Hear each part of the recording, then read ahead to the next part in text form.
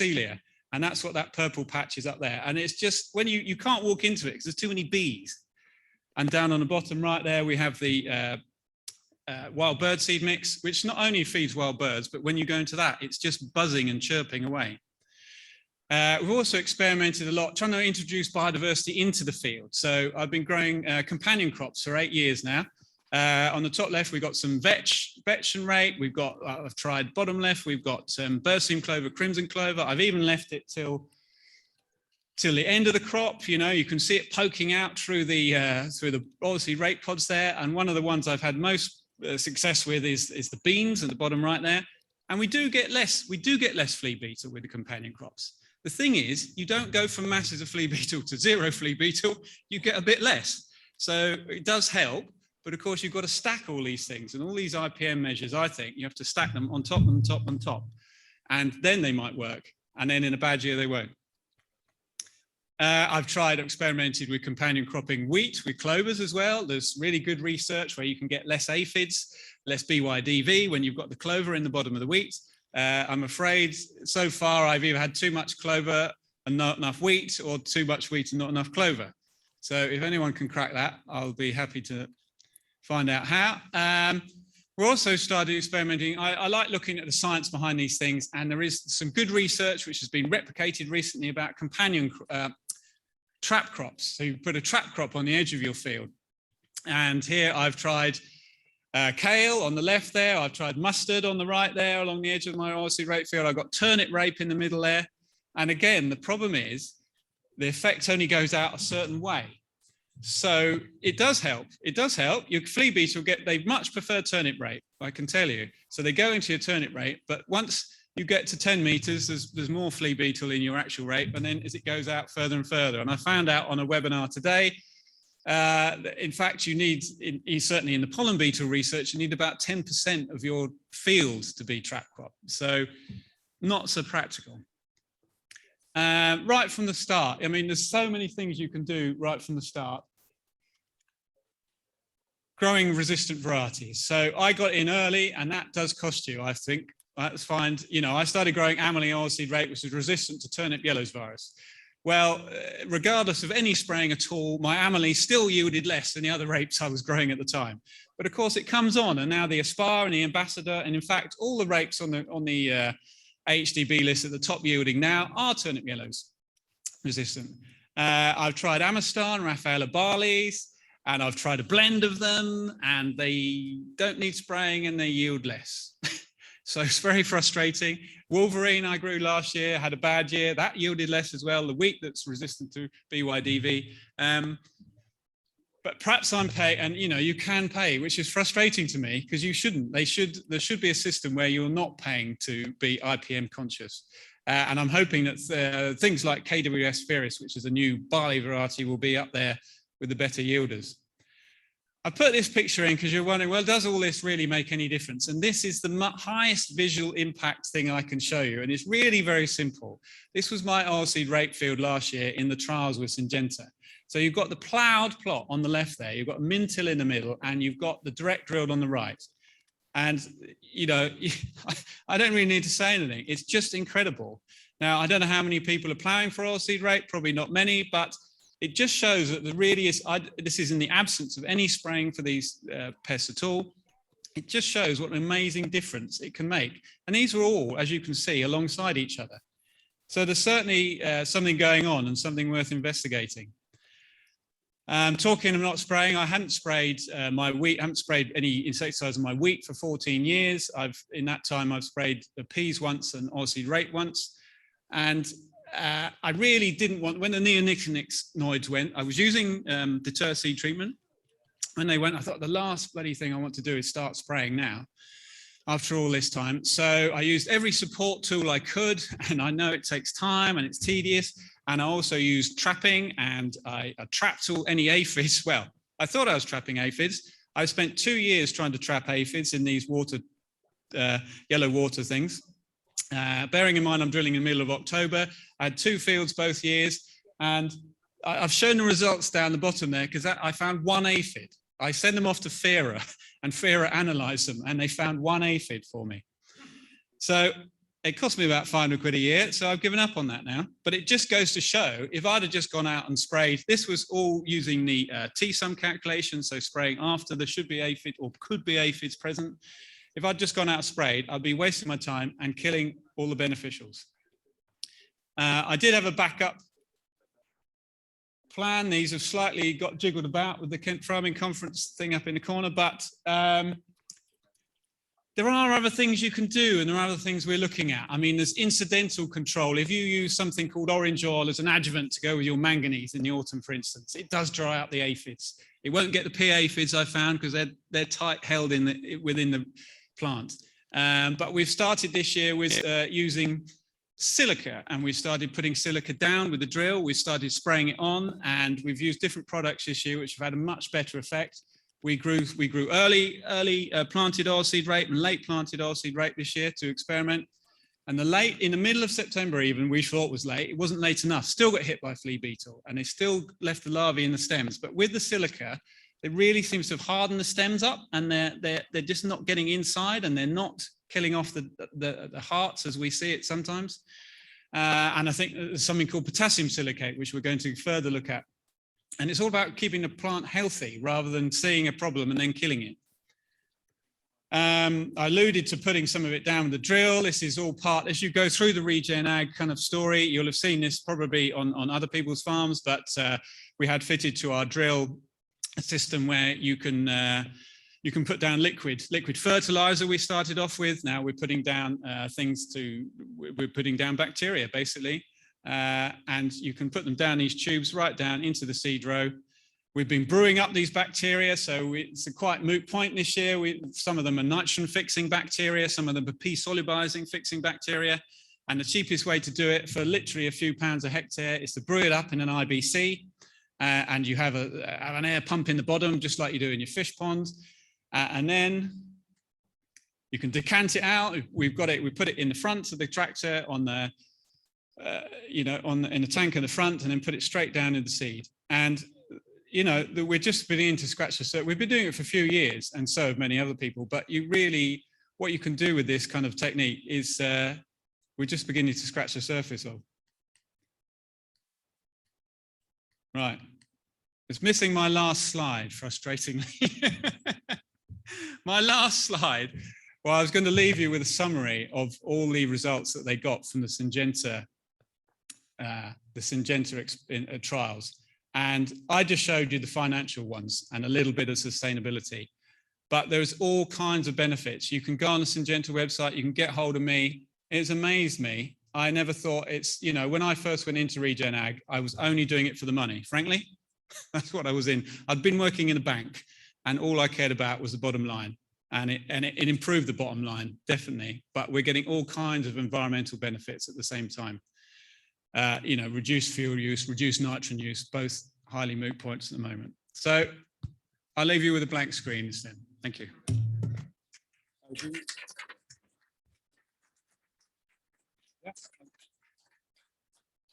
If there are any questions just at the moment, I'll happily answer them, or we can wait till the end.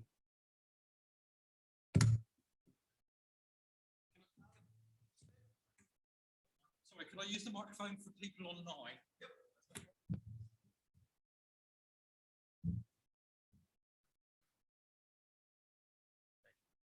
Andy, you said that you haven't done any ploughing for 22 years. And as I understand it, one of the things you aim to do when you're not inverting is create a tilth, which you then grow your crop in. And the worst thing you can do if you've got a complicated rotation is to plough once in 7 years or whatever, because then you destroy that tilth by inverting it and then you start again. You've gone 22 years without ploughing and you've achieved what you've achieved. In your trial plots, you've had some ploughing going on, so you compare. When you first stopped using the plough, it would have taken a few years to get the results you were looking for, and you learnt as you went along. Have you found where you've been ploughing and then the following years you then go back to your normal routine, that you've observed other things with your experience, you know, the negative side of having ploughed that part of that field, then for years to come, you can see stuff in your normal routine, if you understand what I'm saying. Yeah, I mean, I've been in this, so those ploughed plots have been ploughed only for 3 years, so they haven't come out of ploughing again yet. And it may, in fact, affect the results because I hadn't ploughed them before, and I may be releasing lots of nutrients now in these ploughed plots. But when I said I hadn't ploughed for 22 years, I told a slight lie. I've ploughed literally like tiny half-hectare plots where I've got awful black grass or brome or something like that. Because you haven't turned them over in years, it's amazing. But I think I'm on course to plough my whole farm every 1,000 years. So it's not the rotational ploughing that we're talking about. I did look into it first, and you know, there's little research in this country, and the only research I could find was in America, and they call it vertical tillage after you've been direct drilling for many years, and it does knock some things, but you do recover quicker if you just do it 1 year in 10 or whatever. Your soil, you know, you've built up more organic matter, you've built up more wildlife in the soil, and it does recover quicker. And so if you do feel, you know, I might be chucked out the direct drilling brethren for this, but, you know, some people do feel that the occasional bit of tillage, you know, or the right type can help. But in the trials, we haven't yet gone back to direct drilling, so we don't know yet, I'm afraid, Charles.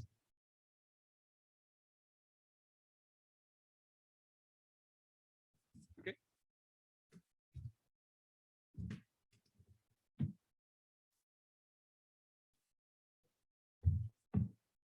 Andy, thank you. A brilliantly passionate speech. One more time, round of applause, please, for Andy. Keep thinking, banking your questions. There's going to be a big Q&A at the end where all our speakers will join us back on stage again, and we'll take a couple of questions after each guest speaker. Our second guest tonight this evening is John Pawsey, chairman of Shipling Farms Limited. John's family has farmed Suffolk for 4 generations. In 1999, John started converting the family farm to organic production.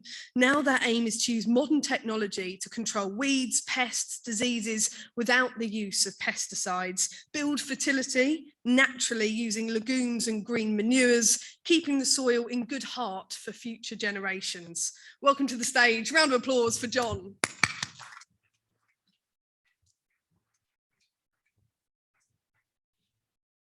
What a nightmare to go after Andy Barr. Christ. Anyway, that was brilliant. Absolutely fantastic. Thank you so much. So I'm not sure what I was asked to speak about, but I'm going to speak about sustainability from a personal point of view tonight. And I'm also going to talk about what our future plans are at Shipling Park Farm. So just a little bit of background. This is our sort of summary of what we're doing at the moment. We've got just under 1,500 hectares of organic cropping, of which about 650 is my own, and the rest is just contract farms. Just contract farms, very important part of our business. We reintroduced livestock back into the farm in 2014. We've got 1,000 breeding ewes. We've got a reasonably sort of low horsepower per hectare, obviously because we have to control weeds to a certain extent using some of the means of control is through cultivation. We'd probably have a slightly higher horsepower per hectare than Andy does. That's our sort of gas oil usage per hectare. We have a relatively small amount of staff, but we do get a lot of people in at very busy times to help with sort of specialist jobs. I put down here, we've got 1 full-time shepherd. Actually, I employ somebody to buy all the labor for our sheep, and we just pay him a monthly flat fee. And we converted part of the farm in 1999. You can just convert part of your farm if you want to do a bit of a diversification exercise, which is what we did. And we've got a 6-year rotation, and that's just a list of the crops we could be growing at any one time, but there's quite a lot there, considering before we were organic, we were basically just growing, wheat, barley, oilseed rape. We also grow a little bit of sugar beet as well, but we're growing a massive diversity of crops on the farm. Our rotation is essentially this. We have either 2 years of a grass clover lay, or it can be a herbal lay, or it can be just, a pure sort of fertility builder. We then go into a winter crop, then into a spring crop, and then back into a legume to build a little bit of nitrogen back into the rotation, and then we go into spring barley. And I put be prepared to change because, you know, as Andy alluded to, you know, sometimes it does get a little bit difficult to undersow clovers and get a really good clover stand, so we have to keep an eye on fertility. So that can change depending on the weed pressure and fertility as well. So the first bit, and this, just remember, this is my personal point of view, so you really can't argue with it. It's just my personal point of view. Well, you can. I really hope you do later on. But I'm going to just sort of go through these subjects, which are minimal inputs, less fertilizers, I would say more control over my business, healthier soils than we had pre-going organic. We've got more nature on the farm. We've got CO2 neutrality on the farm as well. And also all these things are fine, but you've also got to remain profitable. So no pesticides and working with nature. It's what, you know, is what everyone's talking about at the moment. But actually we are using no pesticides at all. And, you know, Andy talked about it, but I mean, it's just the one thing that I think we really don't miss is insecticides. That's the one spray we don't miss. I would say that, you know, the spray that I do miss probably is a fungicide, but like Andy, we are growing a lot of, we're doing a lot of bicropping. And there's a picture down the bottom here of some wheat and beans. So if you want to get over, if there's going to be a propensity in a crop to get something like chocolate spot in the beans when you plant it with something else. So you take the risk out of it. So if the beans don't do too well, they release their nitrogen, the wheat does terribly well. And actually we've proved that we put 1% on our grain nitrogen as well by growing them with another leguminous crop. And herbicides, I don't really miss them actually, because there's, you know, even though you come to our farm, you will see weeds on our farm. But what I can tell you is no one weed is dominating. We managed to keep on top of it through all the different things we're doing through rotation, through crop architecture, through different forms of cultivation. There's diversity in cultivation. We're not doing the same thing every year. I tend to think that if you do the same thing every single year, you do start selecting things. So we don't use any pesticides on the farm at all. I would also say that before we went organic, I was doing all the spraying on the farm, and we spun this line actually that we're using plant protection products, and it's equated to, if you are ill, you will take something, it'll make you better. It's the same thing, isn't it? But I'm sure there's lots of people who sit on the sprayer every day here in the room and put those mixtures into your tank. I felt increasingly uneasy about sitting on my Bateman sprayer in the autumn, going through my crops with a herbicide and an insecticide. And of course, you're not just spraying the crop, you're spraying absolutely everything. And I think the technology we use in sprayers nowadays is antiquated. I think we will look back at this time with absolute horror. And that's one of the reasons why I stopped doing it 20 years ago. So no artificial fertilizers. I'm feeling slightly smug this year with the price of fertilizer, I have to say, but it's perfectly possible to build a huge amount of fertility in your soil by having fertility layers. You don't have to have animals. I personally think it is a good idea to have animals on the farm, but you can build a huge amount of nitrogen to sustain at least 4 crops, as long as you're growing, you know, a good diversity of crops within your rotation. And like Andy, we are doing a lot of undersowing. There's a picture of some barley there with some a diverse overlay coming back. And again, I think, you know, animals are important to the farm, and it certainly adds more diversity to your business as well. So I'm very happy with having livestock back on the farm. And I'm a very slow learner, but actually the most wonderful thing about actually ditching inputs is that it took about 5 years to realize that I released myself from this treadmill that I found myself on. And, you know, I'm a big fan of conservation agriculture and of all types of agriculture that actually start to work more friendly with nature. But, you know, I mean, I think we really have to address you know, this control that people have over our businesses. And when you actually do get rid of it, or you start reducing it, it is a fantastic feeling. And that's, you know, again, through using rotations, but as much diversity in there. I know it's a terrible buzzword, diversity, we use it all the time, but it's incredibly important to have diversity within absolutely everything within your farming system.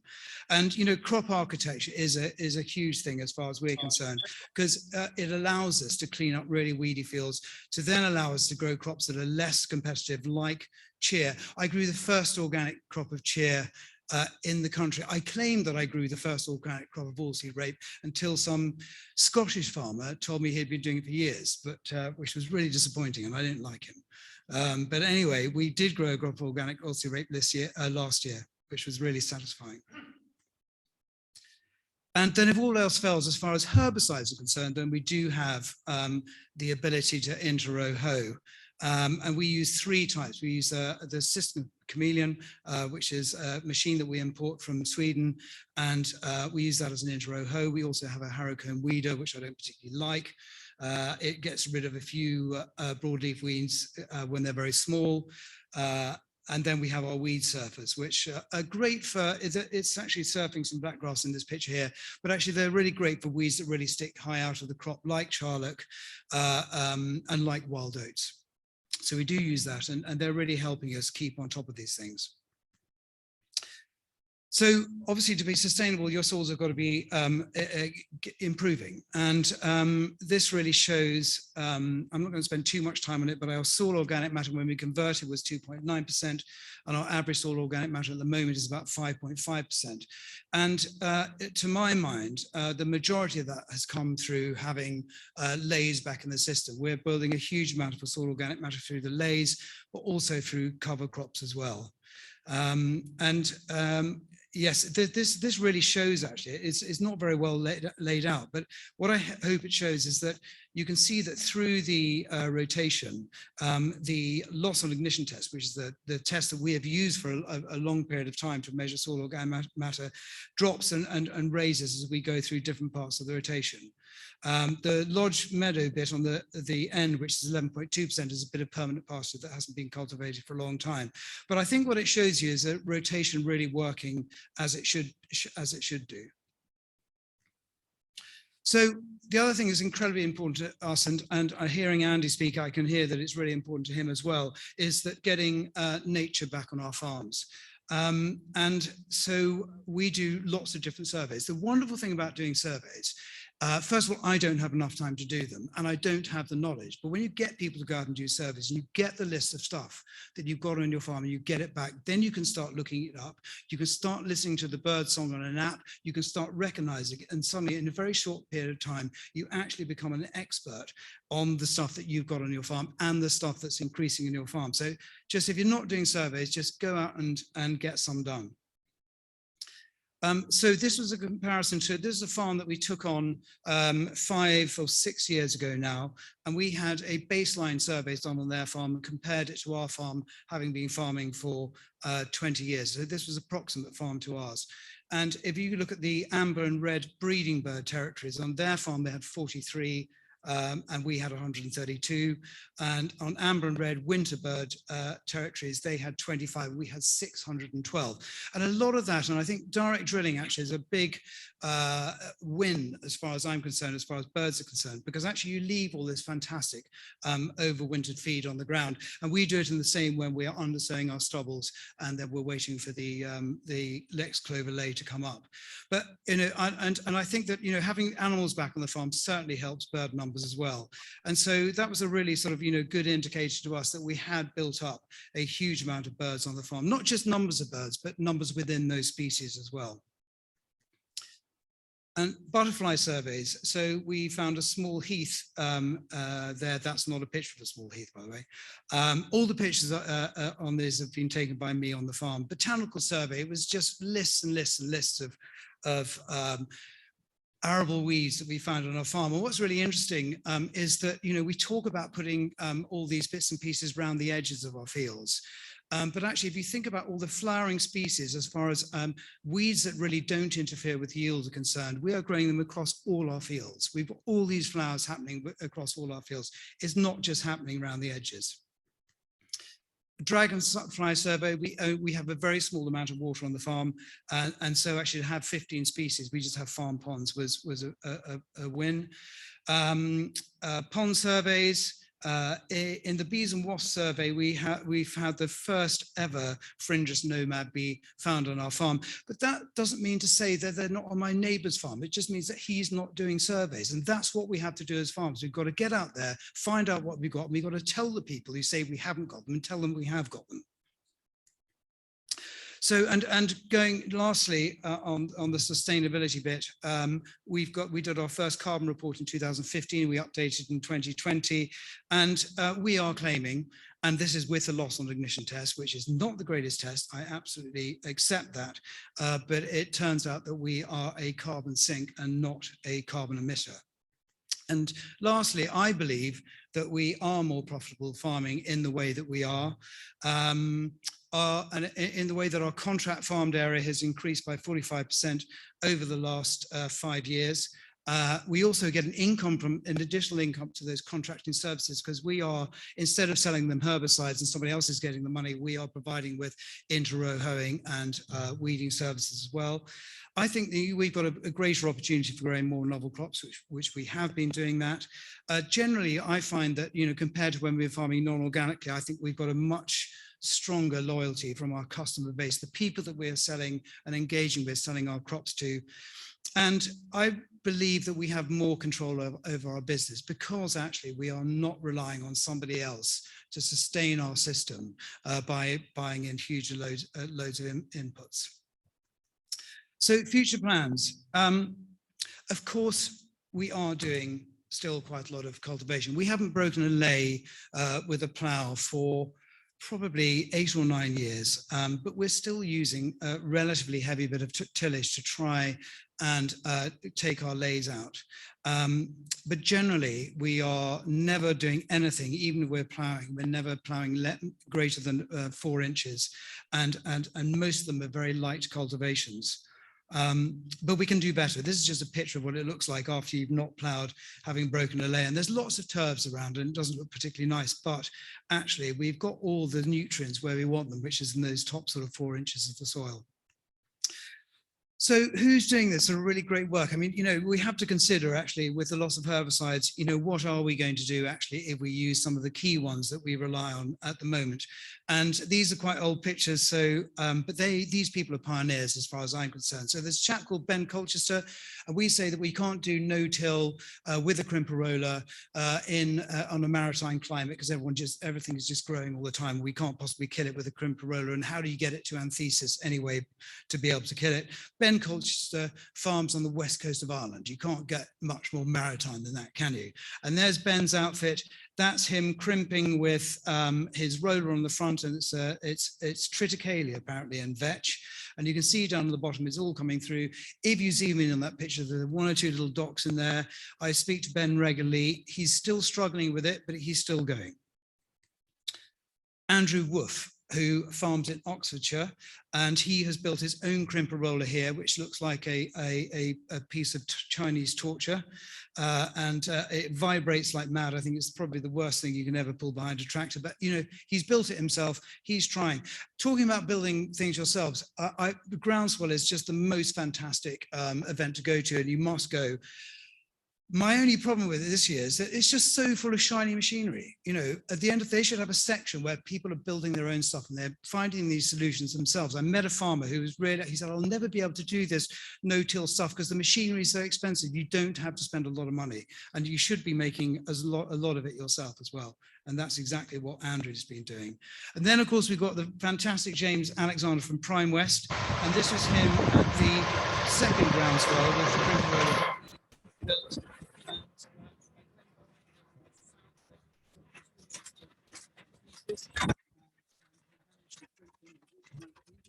Black grass that were underneath those crops, or underneath those plants, had been crimped. And I rang John Cherry after to say, what happened? Did it die? And they sprayed it off with glyphosate, so we don't know. But it did look fantastic, I have to say. So what are we doing as far as trying to get towards that sort of, that utopia of sort of organic no-till, if we ever possibly can?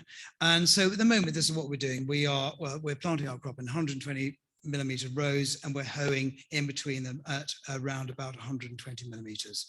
And we're shifting a little bit of soil as well. So what can we do? This is just showing you in action. So this is hoeing in between the rows of spring sowing. So it's very aggressive hoe, but also it plants the clover in there, and then rolls it in all the wheels afterwards. So actually you get a really good undersown late. So you need one of those, Andy. That's what you need. This is it hoeing in a bit of, oh cheer, I thought it was going to work. But anyway, forget about that. This is what we end up with after we've been through the hoe. You mineralize a little bit of nitrogen, the crop gets going, it sits up, starts growing, looks fantastic and green a few days afterwards, and then we've got this sort of area in between. And we need that area in between because actually that's where we're going to be growing our living mulch, the clover that we are planning to leave in the soil for the length of the rotation. So this is what it looks like afterwards. The crop has been taken off, the living mulch is coming up in these rows, and then we've got this strip of crop in between. And the idea is that what we want to do is take out just the strip of the crop, where the previous cereal was, and then re-drill into that and leave the clover growing. So we're growing 2 species of small leaf, low growing clover. And so, but in between that row, we've got to do some cultivation. So we're talking to a Dutch company at the moment who are going to make us a little strip till machine that goes in between those, just working at 120 millimeters. And this is the machine that they are making for us at the moment. You can see that it's got a little opener on the front, a little disc on the front, and then in between those two discs is a tine that can be very finely adjusted to exactly the right amount of depth you need to deal with the weed or the crop that you're dealing with. The reason for the disc either side is to really keep the soil within the 2 discs, to not shatter it and start taking up that clover. So it should have 0 disturbance within the green row as far as the clover is concerned. We're building a lot of fertility in our soil through our layers, so we need to mineralize some of that goodness that we built within the soil. But the balance has always got to be, in a positive direction as far as soil health is concerned. Also, I think that people are drilling it straight into big stands of clover, but I think we need to contain that clover creep, because there's going to be a huge amount of competition between the clover and the growing crop, especially in the dry east, where it's going to take a huge amount of moisture. So we have to have some kind of control over the clover. So is it going to halve our machinery costs? I don't know. It works, it possibly will do, but will it also halve our crop output? This is the kind of things that we need to find out. And also, will it revolutionize our rotation? Will we actually be able to leave that clover in the soil and actually just pick where we graze our sheep around the farm, graze them or don't graze or not graze it? And I think it'll just sort of revolutionize what we're doing. It'll effectively allow us to have a grazed landscape as well as having a crop landscape, if that's what the market demands in any one year. And so we are talking to Gothia Red Scab at the moment to put an opener on the front of the system chameleon, which they're building. I'm going out to Sweden next week to see how they're getting on with that.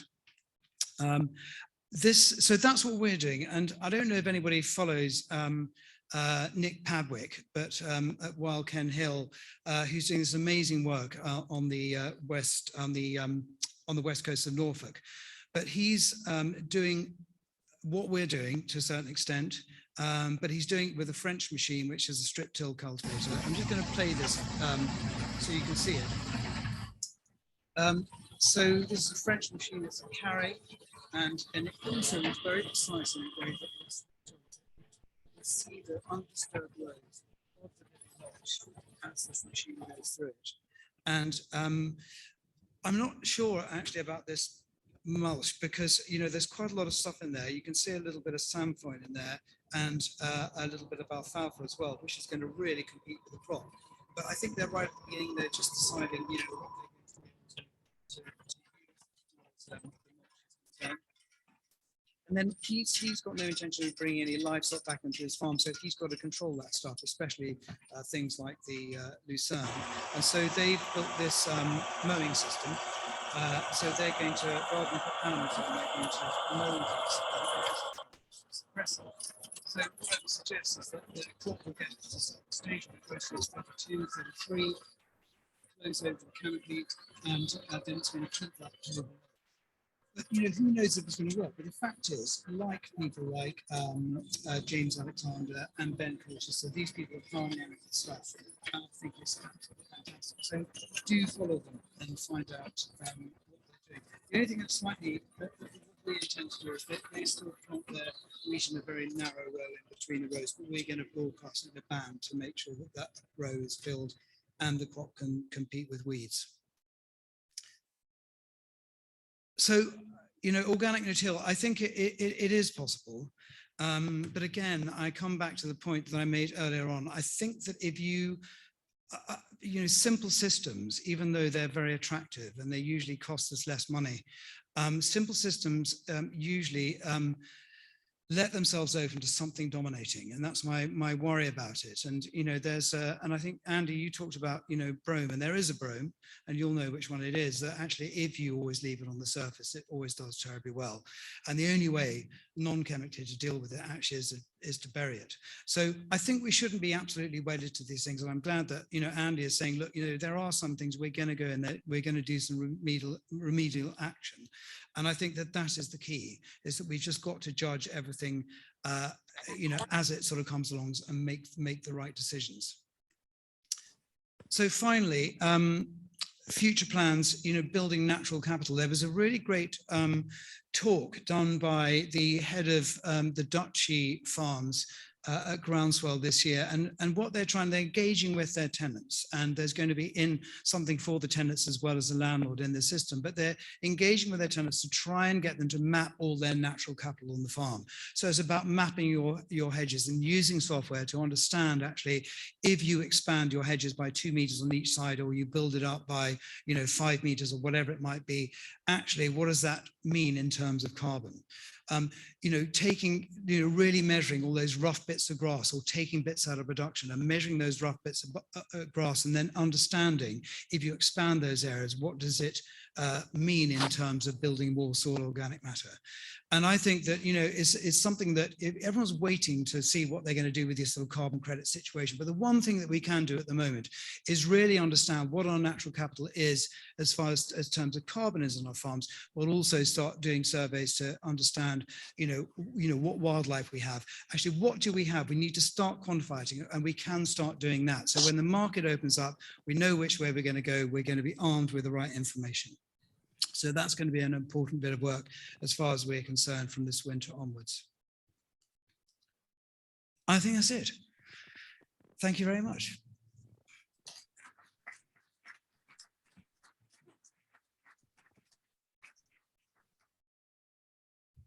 Are we doing questions now? Or are we doing?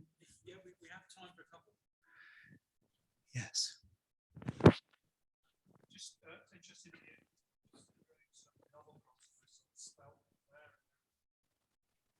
I wonder, you know, if you're growing things like spelt and heritage wheat, do you have much of a presence locally with consumers? Does anything, much of what you grow, get processed and consumed locally? The spelt actually, well, up until this year, goes to Sharpen Park. We're slightly struggling with the contract next year, but we've got other people to grow for. The heritage wheat's all grown for local markets, so that's actually sold. It's either we've got a mill, we either mill it in small batches for people, or we sell it as whole grains. Things like the cheer is sold grown on contract to a company called Fair King. The oilseed rape was grown for it's just coming out, Hobnadods. I don't know if you've heard of them, but they've got organic rape coming out, and they're selling it through their all the different pulses and everything that they grow. So yes, we engage as much as we can with local markets, but generally, because we're farming on a reasonably large scale, generally we have to seek some, you know, fairly large organic markets. But we do, as I say, we do, you know, engage with local markets as far as those kind of things are concerned. I mean, really, to be honest, though, and I talked a little bit about crop architecture, is the thing about the heritage wheats is that we really use them, and the spelt really use them to clean up our fields. So we got particular problems. I mean, they're just incredibly dominant as far as, you know, shading out weeds are concerned. The other thing that's really interesting is that as far as vigor is concerned, and as far as tillering is concerned, is if you put them next to a modern wheat, they're just, we seem to have bred a really good tillering ability out of our modern wheats. They don't seem to tiller like they did when I was a kid, but spelt and heritage wheat does. The other thing that was really interesting about the heritage wheat is that we've got a protein monitor on our combine. So every, it's got, obviously it maps and it measures the protein content of our grain every 10 seconds. And so we're effectively, we're quality mapping our farm, so we know where the protein is. And when we had a trial of 6 different modern milling varieties, and then the heritage wheat down the center of this trial. And the heritage wheat had 16% protein and the modern milling wheats had 11%. Obviously, the modern milling wheats did yield better than the heritage wheat, meaning that we have to sell it for more to maintain the same margin. But when you couple that with the amount of organic matter it's putting back in the soil, and it's also smothering more weeds, it's a very important crop for us.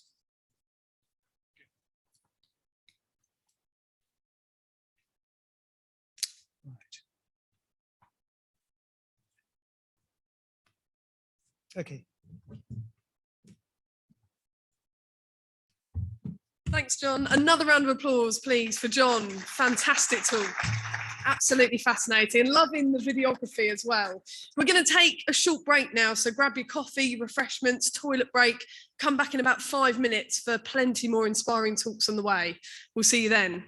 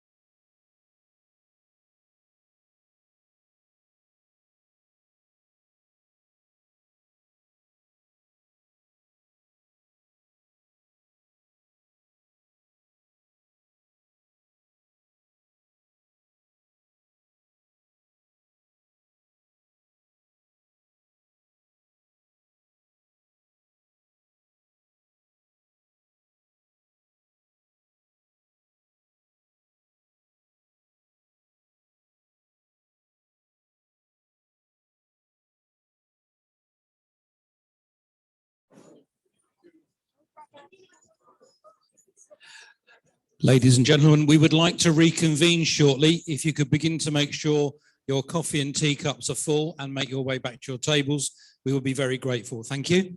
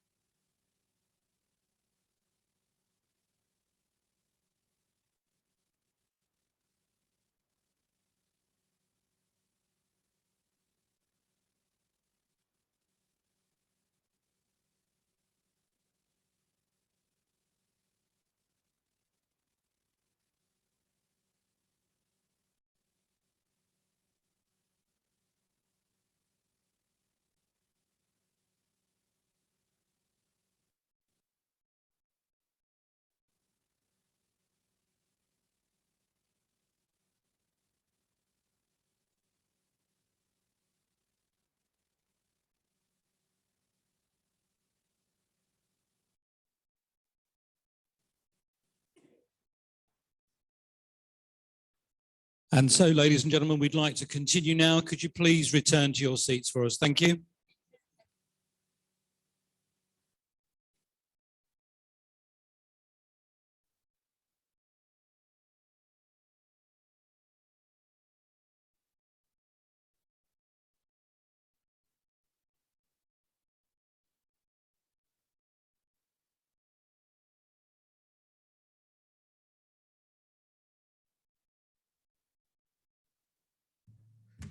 Welcome back. Hello to everyone watching on Zoom as well. We've got a whole audience watching on Zoom tonight, those with COVID and those who couldn't be with us in person tonight. So we wish you well and we're glad you're with us, albeit virtually.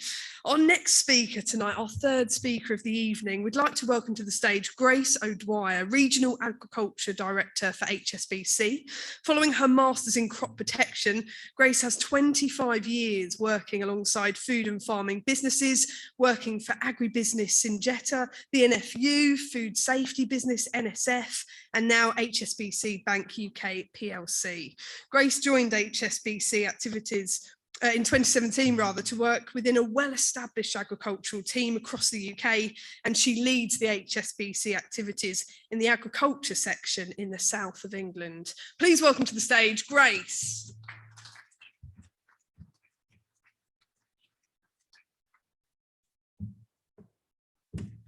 Good evening, everybody, and it is a wonderful novelty to be in a room with lots of other people, not least to get a chance to reconnect with my colleagues in Kent, Ian Hawthorne and Tom Andrews over in the corner there. What I'd like to do for the next sort of 10-15 minutes is to talk to you a little bit about HSBC's perspective of sustainability and how it works in agriculture. Now, agriculture has always had to invest in order to evolve, to cope with the changes thrown at it. And that has never been truer than at the moment. And more than once today, I've heard the phrase, agriculture is experiencing a revolution. What I'd like to do is to talk a little bit first about the why. So those of us who have the next generation coming through in our businesses or our families will be constantly reminded as to how important sustainability is.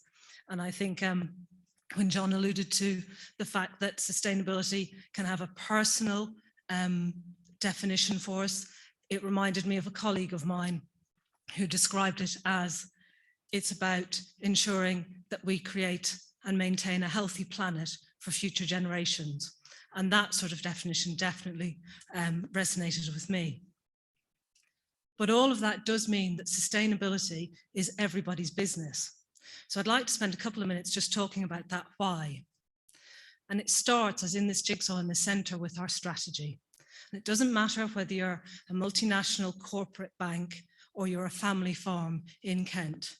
The business strategy is where it all starts. And the sustainability agenda, both for us in our local areas and the globe, is driving that and must be part of it.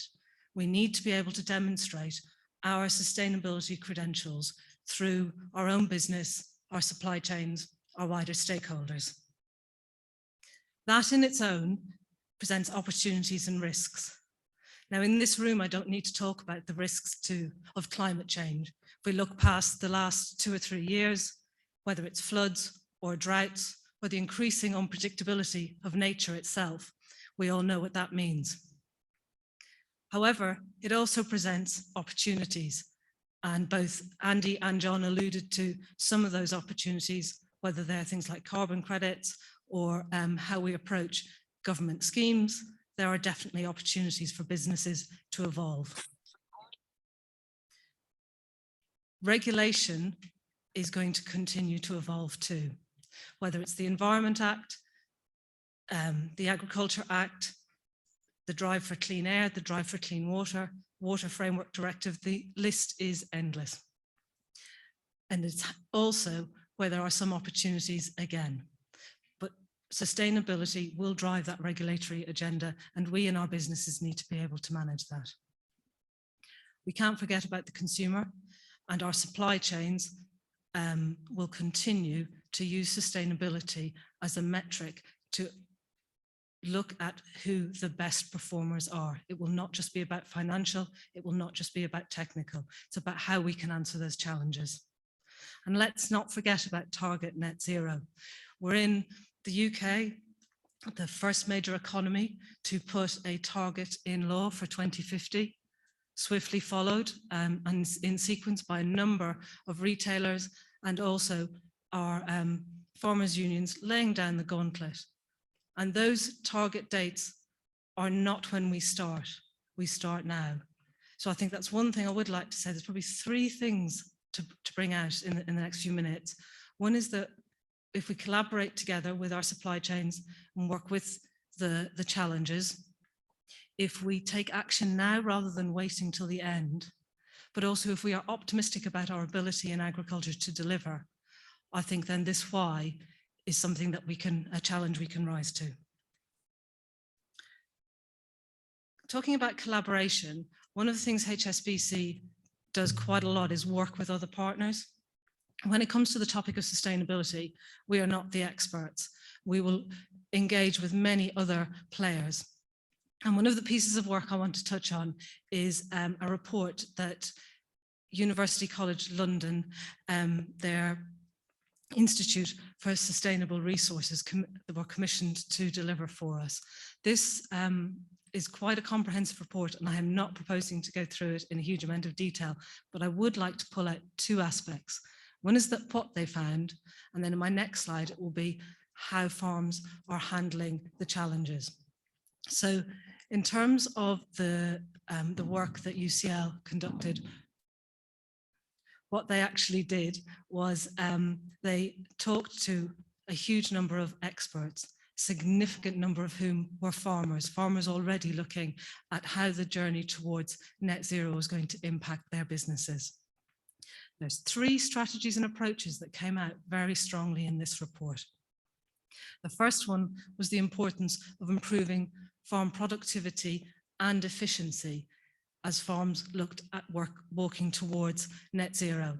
Now that, again, the speakers have already highlighted some examples of this. This is about looking differently at the resources, whether it's nutrients and water or farm emissions on our farms, but also basic infrastructure such as the buildings and machinery. What can we do better or differently? The second part of this Venn diagram, and I should just pause and say, I've deliberately put this in a Venn diagram because I strongly believe that these 3 areas are completely interlinked. And one of our challenges in agriculture is that sometimes these 3 elements will work together for us in our businesses, and sometimes there will be conflict and challenge between them. So just bear that in mind when you look at these 3 simple headlines.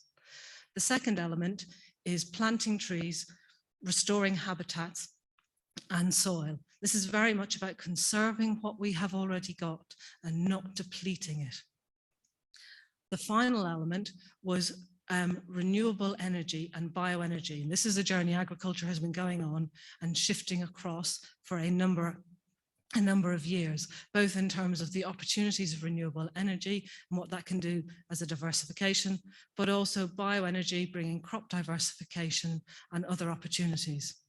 Now, these 3 elements together really are part of agriculture demonstrating its environmental credentials and being able to evidence to new markets and new opportunities how it is driving itself forward. So that really is the what. But the big question for a lot of us is, well, how on earth do we do it? We've had some brilliant examples already this evening of where farms have managed to, but there were in this report some really strong common themes. Now, it will be no surprise to have somebody from a bank standing up in front of you and saying data, facts and figures are really important. But actually, I think it's one of the themes of this evening. We need to measure. Measurement is critical. Understanding our baselines today, whether it's carbon, our inputs, our outputs, butterflies, birds, what we do and how we do it. Getting our baseline started now is absolutely critical as part of this journey. The successful businesses will not look at net zero on its own. They will look at the goals, the future strategy for their businesses, and understand how net zero works with that sustainable future for that business. For many of us, this is a new way of farming or a new way of approaching our business. So looking out the experts who can support us as we go on our journeys. We all start knowing nothing and we all have to learn. So that is one key element that in no way detracts from the next point, which is peer-to-peer learning. We've already seen that this evening, sharing what we're doing, sharing how we are getting along in this journey. And I'll allude to some of the conversations we've had with some of our farming customers a little bit later. So much of this is about the soil. We are custodians of the soil, and it is a huge part of our future.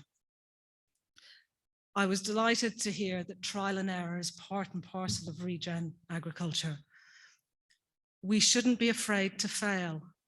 It's interesting, I've quite a lot of educationalists, and there's a lot of work going on in schools about teaching children about growth mindset. It doesn't matter our age, we need to understand growth mindset. We need to accept it's okay to make a mistake. It's okay when the weeds grow in the wrong place, when the machine doesn't do what the machine did, because each time we fail, we actually progress, we learn something else and we move further.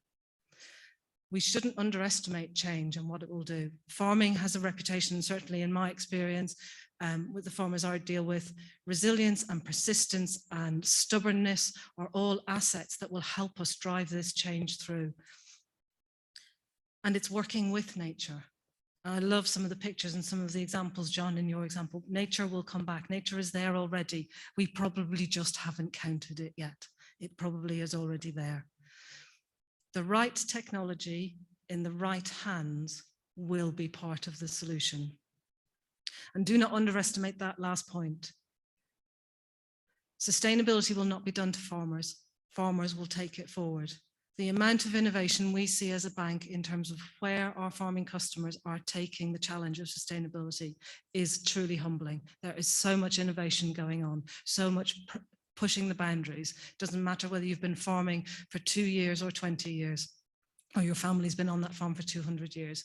There are leaders and innovators through our whole sector. I just want to touch on a couple of things that we as a bank are doing in addition to the work that we've done with UCL. We're trying to change the conversation, move the conversation on. It is about profitability, it is about gross margin, it is about sustainable financial businesses, but it's also about that pure sustainability journey. And we've done a number of podcasts. I don't know about you, I'm certainly not somebody who can read a big tome really easily and absorb it. I like to learn by listening. So we've done some podcasts, and there's two types that we're looking at. One is very much giving examples of what businesses are already doing and sharing those case studies and sharing the experiences from our perspective as a bank. But then the other piece we've done in a journey towards carbon neutrality. We've had 4 farmers with very different starting points, very different businesses across the UK, looking at what they can do. And they have shared, they've challenged, they have empathized with some of the journeys, but it's really important to look at lots of different businesses because we have a very diverse sector. No one solution will work in the same way on 2 farms. And then we continue to produce other content, such as Taking the Pulse, which is, again, a lot of it's available on our website. It's information. It's people who are willing to share the journey they've had. I'm actually quite lucky in that I can pick up the phone and talk to people who are involved in sustainability projects on a global level. If I've got a farm that's come to me with brand new technology that they want to try for the very first time in the UK in agriculture, I can probably find somebody who's done it somewhere else, either in a different sector or in a different country. And that enables us to support farmers in the conversations of, can I do this? How do I do it? We've also got a sustainability hub, which is much more about our public facing image in terms of, let's get everybody talking about it. And then finally, we recently launched a Green SME Fund, which is about businesses evidencing, this includes agricultural businesses, evidencing the work they're doing and having access to a specific green fund. And there are huge numbers of projects. I've actually, one of the reasons I brought up some notes is give some examples.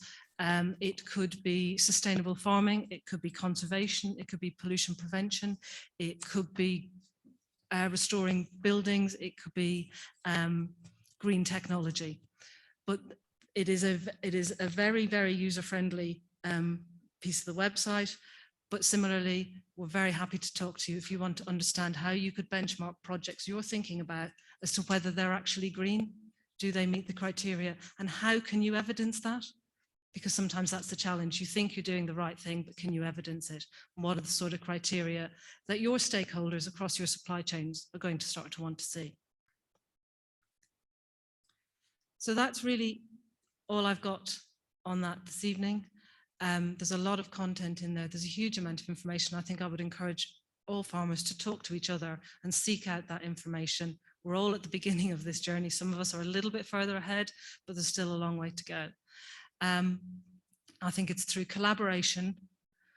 It's also about acting now and not waiting. And I genuinely am optimistic about the ability of agriculture to be part of the solution. So thank you very much for your time.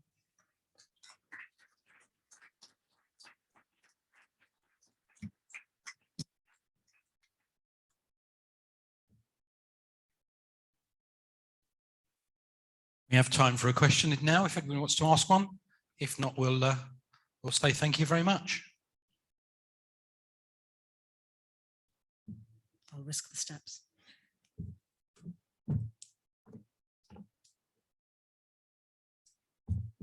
Thank you, Grace. A round of applause, please, again for Grace. Absolutely brilliant.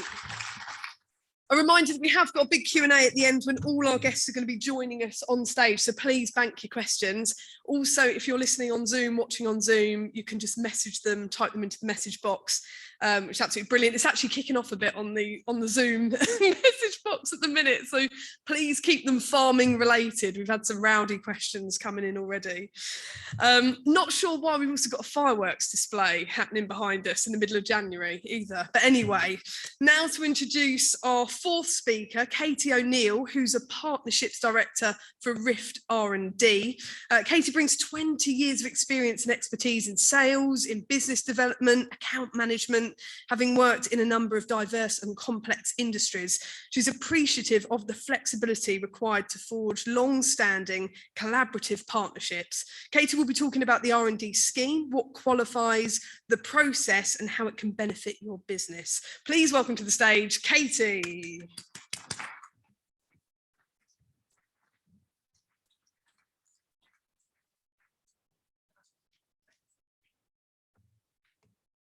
Hi everyone. I will have you know I wasn't actually supposed to be presenting today, so I've come in at the kind of 12th hour. So I have got a colleague here with me to answer any technical questions that you might have at the end. So I work for RIFT Research and Development. We essentially help businesses like you and your clients' businesses access the tax refunds that they are entitled to for any expenditure that they may be doing on research and development. So it's been interesting hearing all the kind of pioneering work and trialing and all the things that you guys get up to and the weird and wonderful things you do, because that's exactly where we come in. I'll quickly give you an overview of who RIFT are.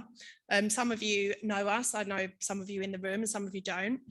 We're based in Kent. Our headquarters are in Kent, but we do have clients nationally.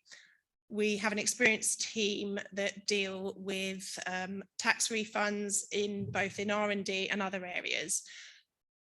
We specialise in B2B because the scheme that we essentially deal with is designed for limited companies and partnerships.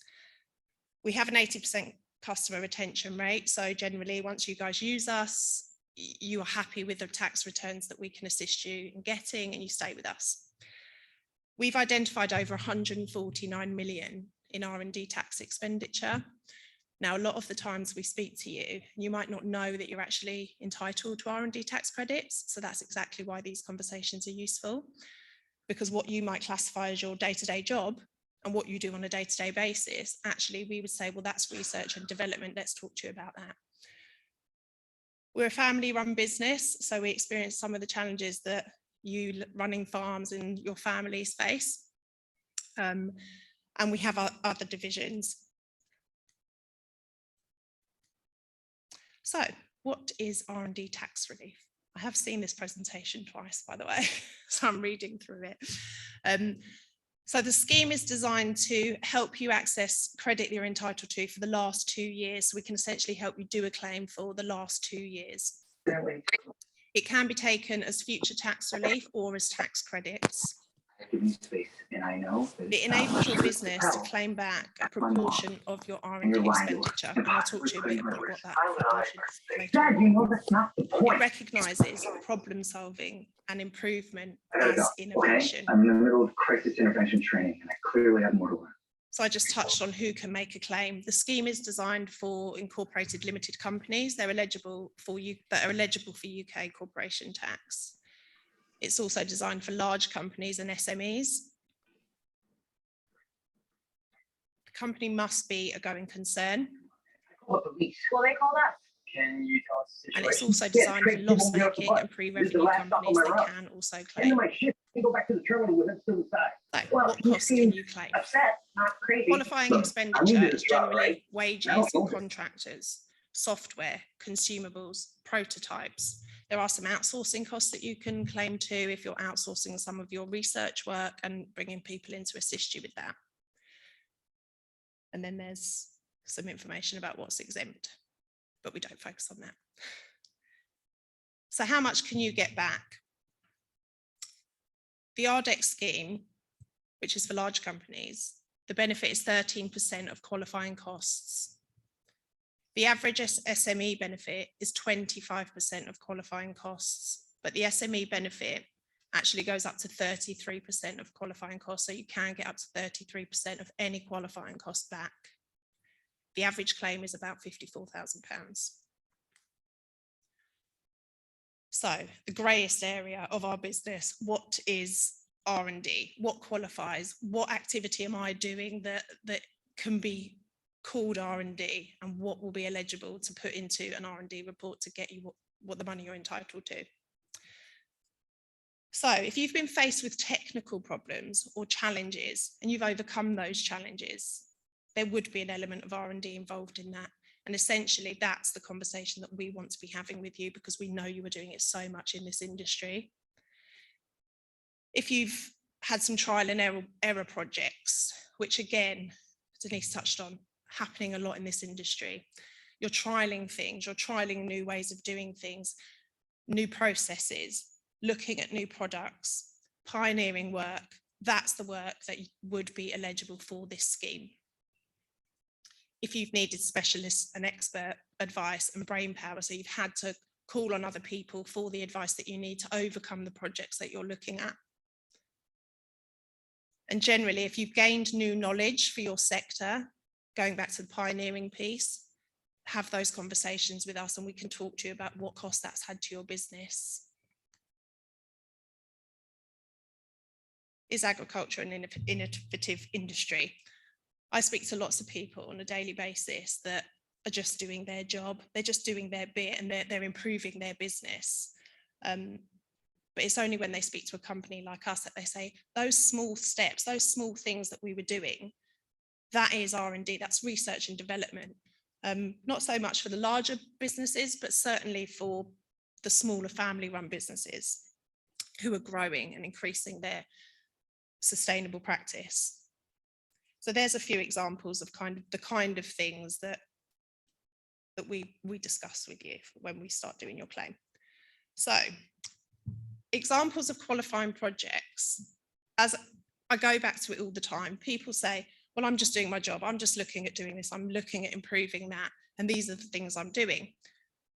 Here's some examples of what would qualify for this scheme. The innovative use of drone technology, development, testing, adaptation of existing or new technology to improve performance, reduce costs, speed up production, or reduce resource intensity. All the things that the guys have spoken about tonight. And there's a huge focus on.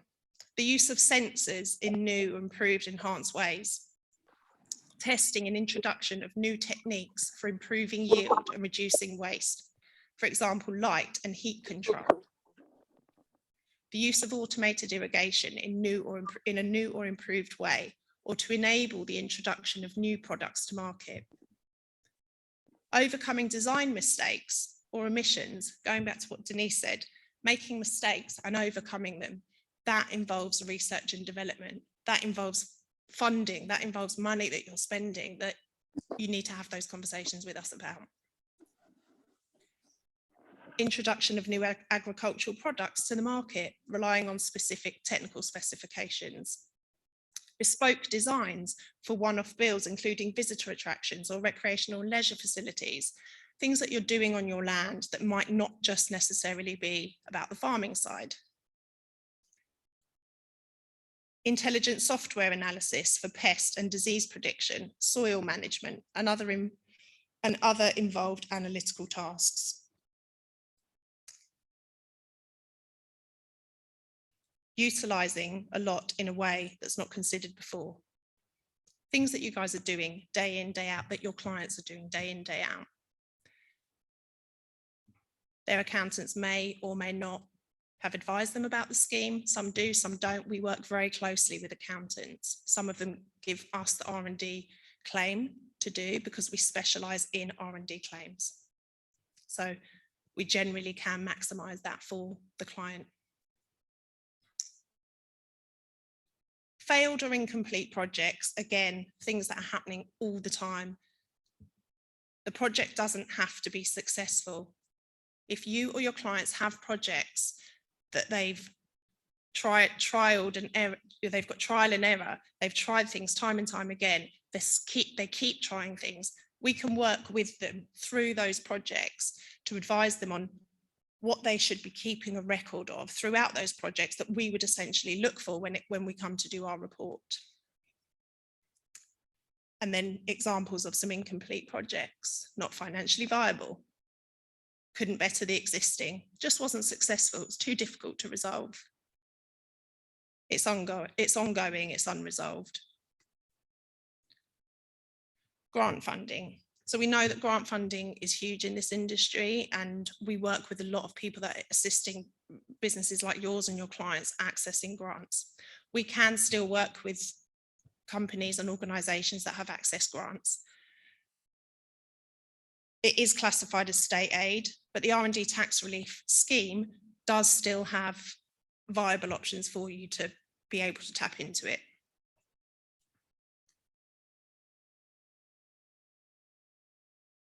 We do the work, you get the credit. If you are doing something new, improving something existing, or problem solving on site, you could be entitled to claim up to 33% of those costs through the scheme. Hope that's been informative. Thank you.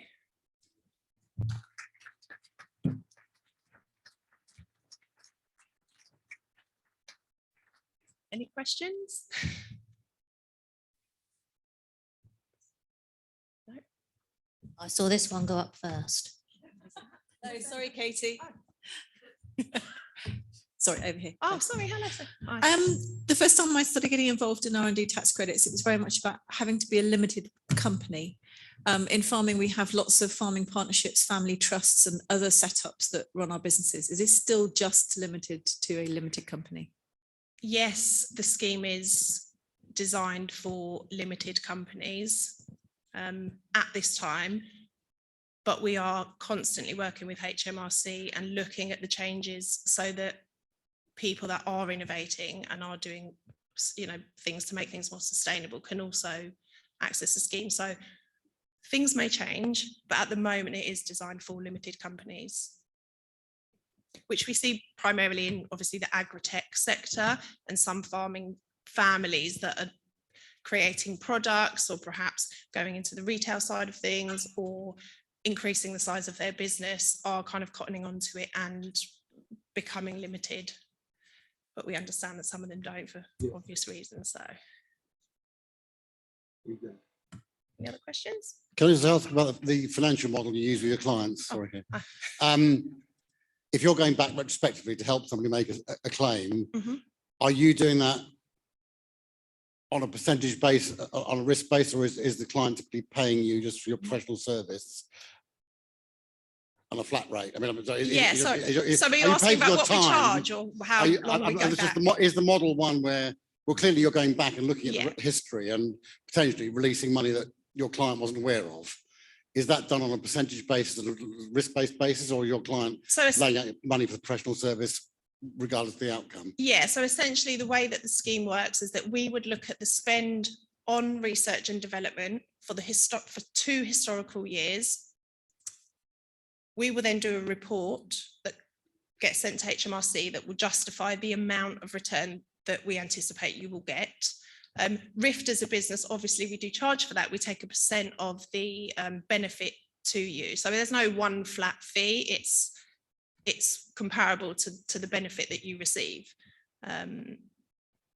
But yeah, so the amount on the report would essentially be a total of the R&D expenditure and what we anticipate you'll get back for that. Thank you. For 2 years. I have got Ollie here as well. He's one of the brains of the business. So he is in our technical report writing team. So if you have got activity that you think, well, actually we did this project, we did this, feel free to come over and have a chat with us tonight. Anything else? Right. Thank you.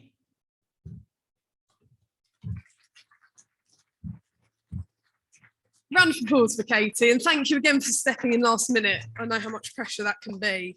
Right, on to our 5th and final speaker. Before we get there, we will again have the Q&A at the end, so please prep some questions for when everyone joins us back up on stage. Our fifth and final speaker of the evening is James Smith, who's the Managing Director at Loddington Farm. In 2016, James was awarded a Nuffield Scholarship, enabling him to discover ways to grow fruit for the UK market that could be profitable. James was later encouraged to start a programme of self-education to see how we can produce better food, beginning a journey in food production using nature instead of chemistry in farming systems. Please welcome to the stage, James.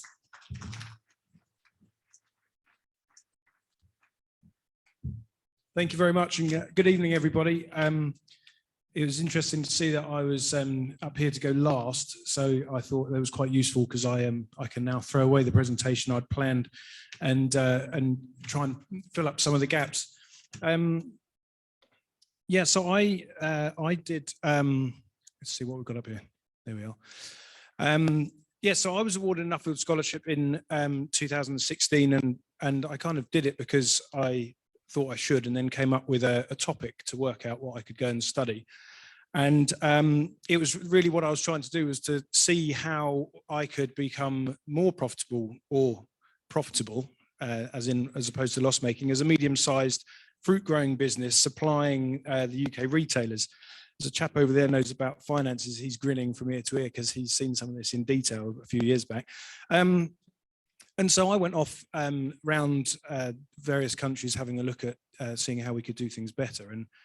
And bearing in mind that my scholarship was sponsored by the UK top fruit industry and the Nuffield food chain, my actual take-home message would have been, if I was completely honest, that if I wanted to make money from growing apples, then I should move to New Zealand. Now, that wouldn't have been that well received by the UK industry. So I did come up with some other things that I thought could have helped.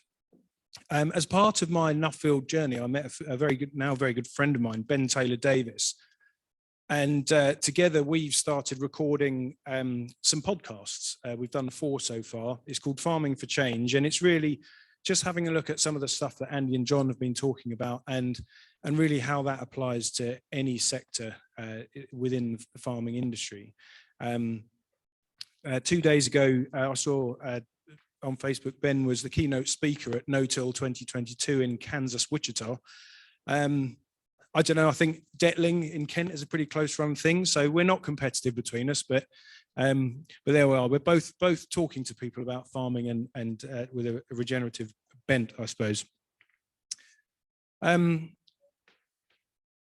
Since then, my journey about looking at different ways of doing things has sort of gone off on a different direction to travel. I'm a 5th generation farmer. We're growing apples and pears historically for the UK supermarkets. We're based just a few miles that way.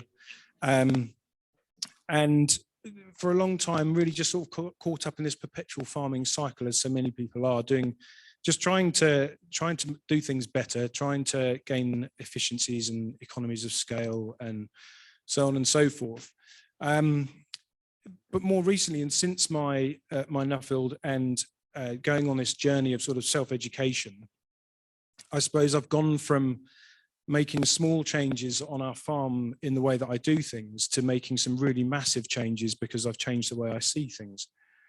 And so what's really happened is that I've started implementing a lot of changes on my farm so we can we farm with nature. So we're trying to replace chemistry with biology. And we are, at the same time, it enables you to start getting ahead of some of the challenges that we face as farmers and food producers. And they're kind of obvious, really. You know, we've got issues around the changing weather patterns. We have droughts, we have floods, we have long spells of no sun, we have long spells of too much rain. And I mean, I know farmers are always whinging about having the wrong weather at the right time, but we are seeing some quite significant patterns. And last year was really a great example of that for us in farming. We had 22 frosts in April, which as a commercial fruit grower, that's not great. I mean, anyone that's got a fruit tree in their garden will know that 1 or 2 frosts in April and May is pretty bad news. 22 was interesting to say the least. So then we had no real sunlight and very low temperatures while all the trees were flowering, those that had survived the frost. So fruit set was quite poor. We had very light crops. The sun never really shone and it never really stopped raining. So anyone that knows anything about growing apples, we suffer this a pest called apple scab, which likes sort of warm, wet conditions.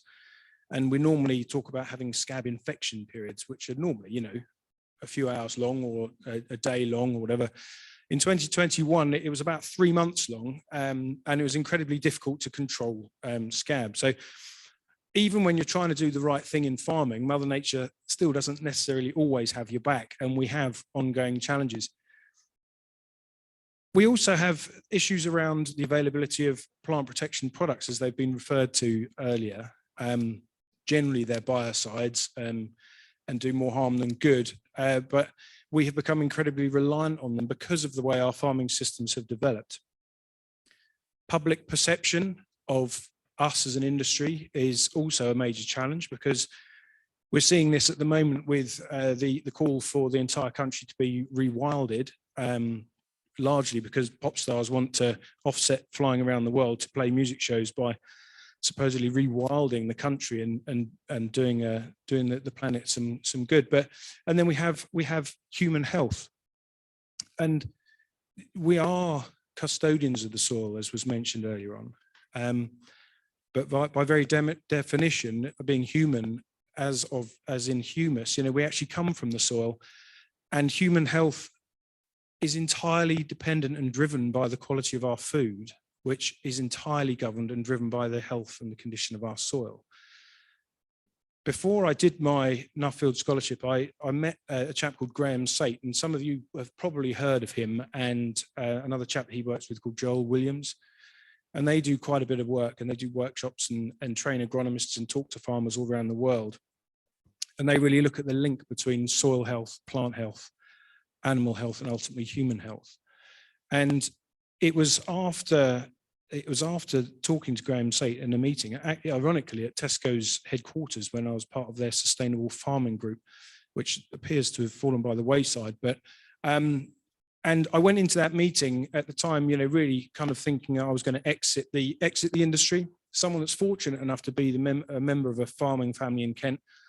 We have access to a little part of England, and I was kind of ready just to pack it all in and go do something else because of all of this.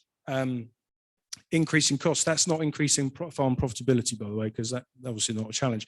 Increasing costs, losing products, public perception. But I came out of the meeting thinking, actually, there's a job to do here. We've got a real opportunity to make a difference. And I started doing things differently on the farm. I took 1 or 2 orchards that I was going to grub because they were unprofitable and not very good, and thought, well, I can use them as experimental test beds. And we've started doing all sorts of things like growing cover crops in orchards and cutting that with a mower that then blows it under the trees. So we kind of grow our inputs. So we grow our inputs in the orchard to feed our trees. And so we have flowers and all that in the biodiversity in our orchards. Because I kind of listened to some of these guys and looking at the challenges around farming and the use of glyphosate and the use of fertilizers and tillage and soil degradation and everything else. And I thought, well, we're apple farmers, so we're all right. You know, we've got perennial crops. We're generally doing good things. But I started to look at the farm a bit differently, and I thought, well, so I'm pretty sure we have got some challenges. And I looked at our orchards and I thought, well, we've got all these lovely, neat rows of apple trees, all one variety, a nice monoculture. And underneath each row of trees, we spray the herbicide strip, as we call it, which, you know, from a regenerative point of view, doesn't sound great, your herbicide strip. So we're spraying that twice with glyphosate, and then we're applying fertilizer to the soil. And so we're not really meeting some of the principles of regenerative farming. So not only have we got bare soil in our orchards, which reflect heat, and you have serious effect on your soil health because of UV, wind erosion, rain erosion, lack of living roots, lack of diversity, pollution from glyphosate and nitrogenous fertilizers. The little bit up the middle, we drive up and down about 20 to 30 times with quite heavy little tractors. So we've got bare, polluted, non-functioning soil under our trees, and then we've got heavily compacted soil on the green bit. So I started to look at our own farming system and see how we could actually start to do things better. And really what we've done is taken out herbicides and taken out any soil applied fertilizer as a starter for 10. But we've got a lot of other issues to crack. I put this up just because this was in August 2020. And this isn't my car after it had been sat outside in the sun, so it's an artificially high temperature. We know what that all looks like. This was after I'd been driving around for a bit, and I jumped over the fence to a neighbour's wheat field, and just because of course around about then we were all having to use these things to make sure we weren't supposed to be self-isolating, but and just took the soil temperature on a wheat stubble field, and then on my this is a 17 species cover crop that had gone in after an orchard had come out, which was then later mob grazed. And it was just interesting to note that the air temperature was 35 degrees. The soil temperature in the hot sun was 44.4. And then the soil temperature within a light cover crop, in fairness, was actually cooler than the air temperature. A friend of mine said, oh yeah, it's only because you covered it in the shade before you took the temperature. And I was like, well, I wasn't trying to prove anything. I mean, it's in the shade because it's got plants growing over it. So, but green plants cool the planet. Brown soil heats the planet. So I've tried to just find ways of applying the principles of regenerative agriculture. And this is not supposed to be teaching your grandmother to suck eggs, because, you know, I think we've probably got some fairly enlightened people, but I know we've got some very enlightened people in the room. But it's this whole thing about just looking at whatever you're doing, because I started off thinking we didn't have too many challenges. We just have different challenges. And I think a lot of the problems we face are that most of us have gone down this route of specialization, scaling up, and we have inherently lost the diversity that we used to have in our farming systems. It's not, you know, we're not really talking about something new. This is, you know, what we need to do is go back to mimicking nature. And that's really what I've done with our farm at Loddington. It's now Loddington Farming with Nature. It did follow through on all my slides because I had that, and I had a little ladybird that navigates around the screen. But the Kent Farming Conference have robbed my my bits around the edges. But so I just looked at how we can apply this to our farm, and actually we've gone from being 95% red apples grown for UK retailers, which kept losing me money. I lost the most money when I had my biggest crop, which kind of suggests that, you know, you need to think about doing things differently.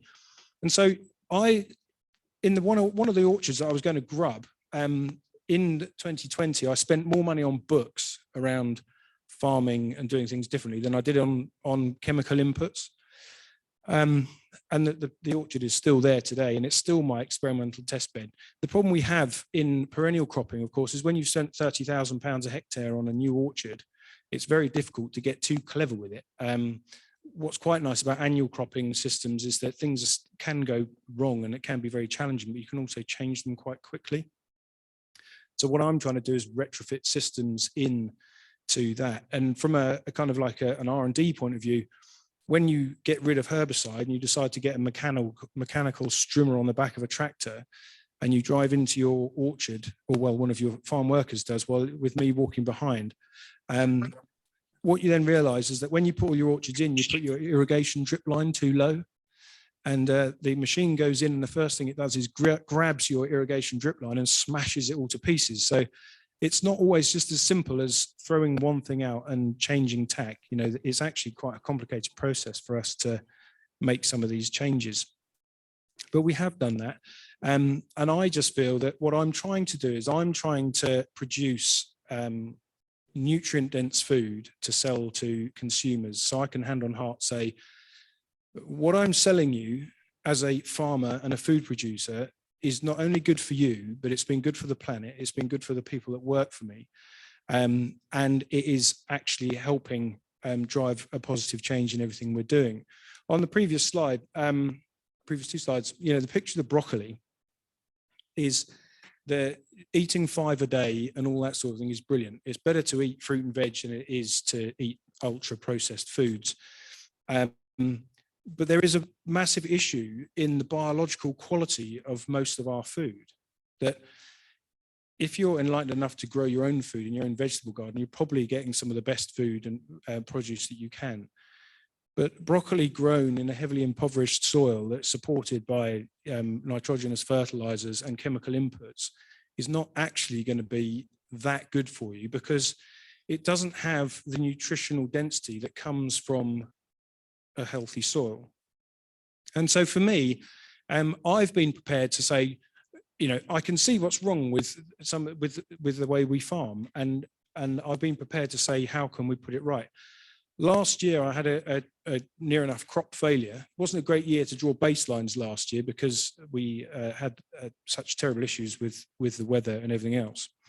My father said, you know, 2021 was the worst year he can remember. And I said, well, for me, it's been the worst and the best year.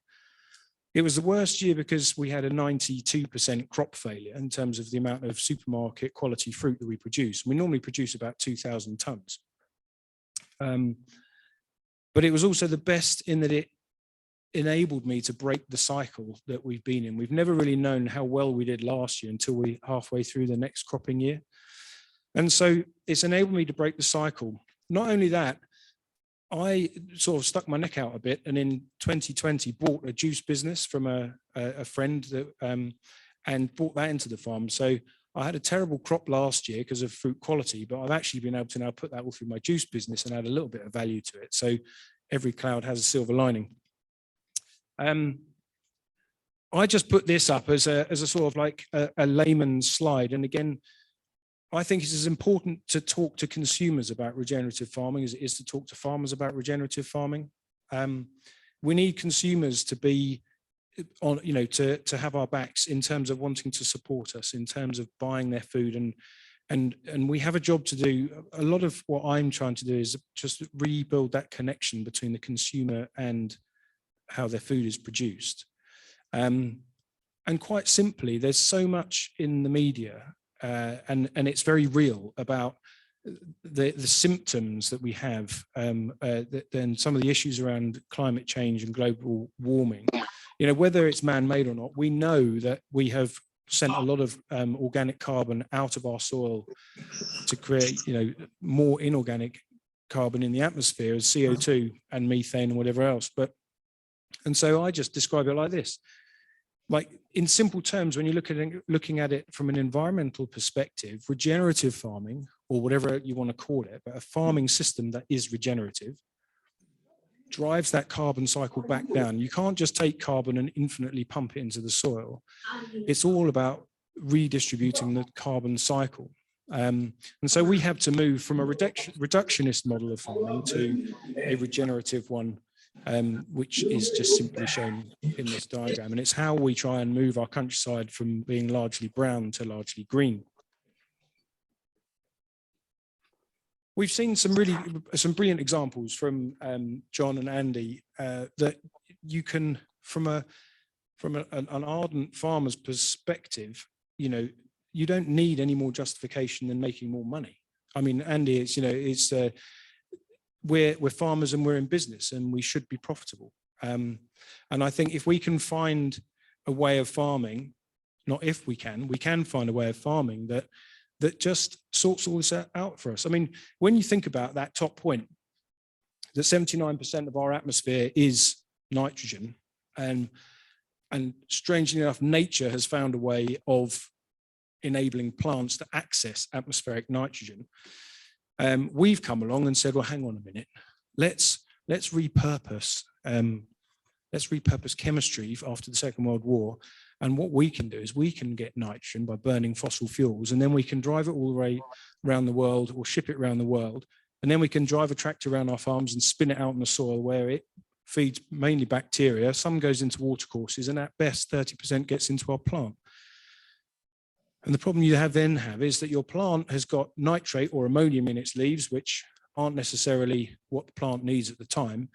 And what they do is they now enable your plant to signal to pest species that they're nutrient rich for a pest. So we've done this thing where we've ignored the complexity and the resilience and robustness of nature, and we've come up with incredibly complicated ways of doing the wrong thing very well. And I think it's just there's a golden opportunity for farming to continue doing this amazing sort of work, and just move things in a better direction. So it's all there. I mean, it's sometimes people I think I'm being grandiose when I say, you know, you can farm in a way that is good for the soil, the environment, your own health, human health. And this is one thing that I say to a lot of people, that the difference between walking on John's or Andy's farms and another farm that is done quite the opposite way, you can feel the difference just by standing there. You don't need to see the numbers. You don't need to see the profit.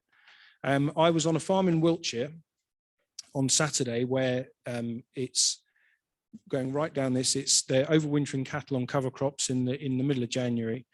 None of the cattle are in sheds. There's no telehandlers driving around moving muck and all the rest of it.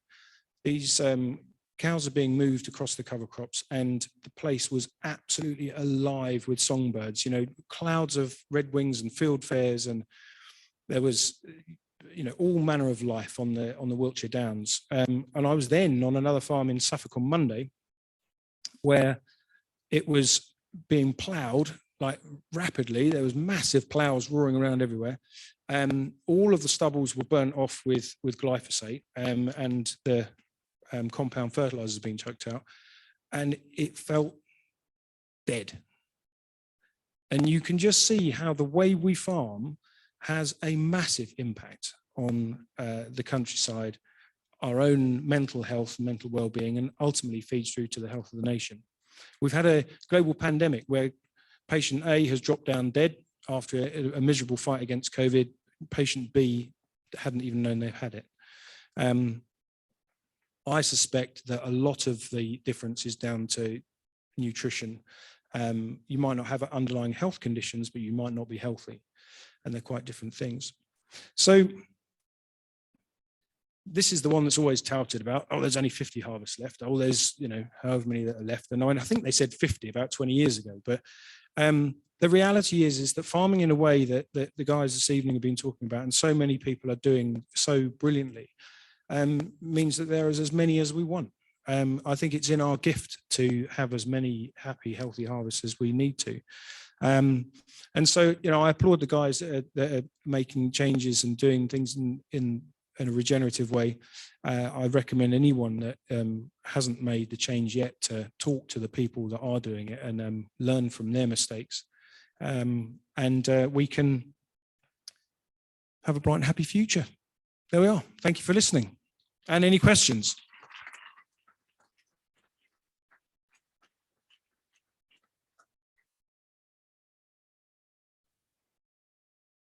Lovely.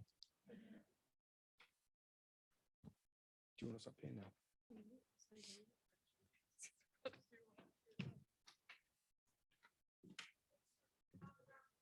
Please, for James. What a way to end this evening. Brilliant talks tonight. It's not quite over. Let's welcome our guests back up to the stage again.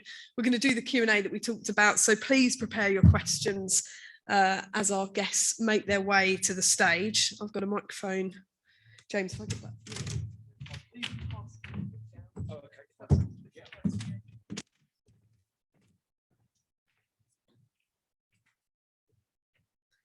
And we'll start with a few questions coming through on Zoom. We've got a question from Guy Eckley, who says, this is a question for John Pawsey. If there was one conventional input that you could use, John, what would it be and why? I suppose, Guy, thank you so much. I really miss you tonight. And Guy said a really great thing once. I was doing a talk and he put on Twitter, oh, John, is that exactly the same talk you did for us like a week ago? So Guy, I hope you did enjoy it tonight. And it wasn't quite the same as the one I did for you a few years ago. I suppose that I do sometimes say glyphosate, but I feel that my system has got to a stage where I actually don't miss anything now. And the ones that I did miss in the past, we just worked to worked a way around it with things like putting more species within our system. So no, I don't miss anything. What I'm really grateful for, though, is the amount of knowledge that's coming out of the regenerative agricultural platform. I've learned more in the last 5 years through things like Groundswell, the kind of thing that's Andy's doing, and the kind of sort of detail he's putting on what he's doing that I have done from the traditional organic sector. Lovely. Another question from Richard Bow, who says, question for James, have you got any scientific data to support the nutritional value of the broccoli? I've heard a lot of scientists claiming this, but wanted to know how you measure it and how that's linked to soil biodiversity. No. In simply put, there's a couple of quite simple tests you can do.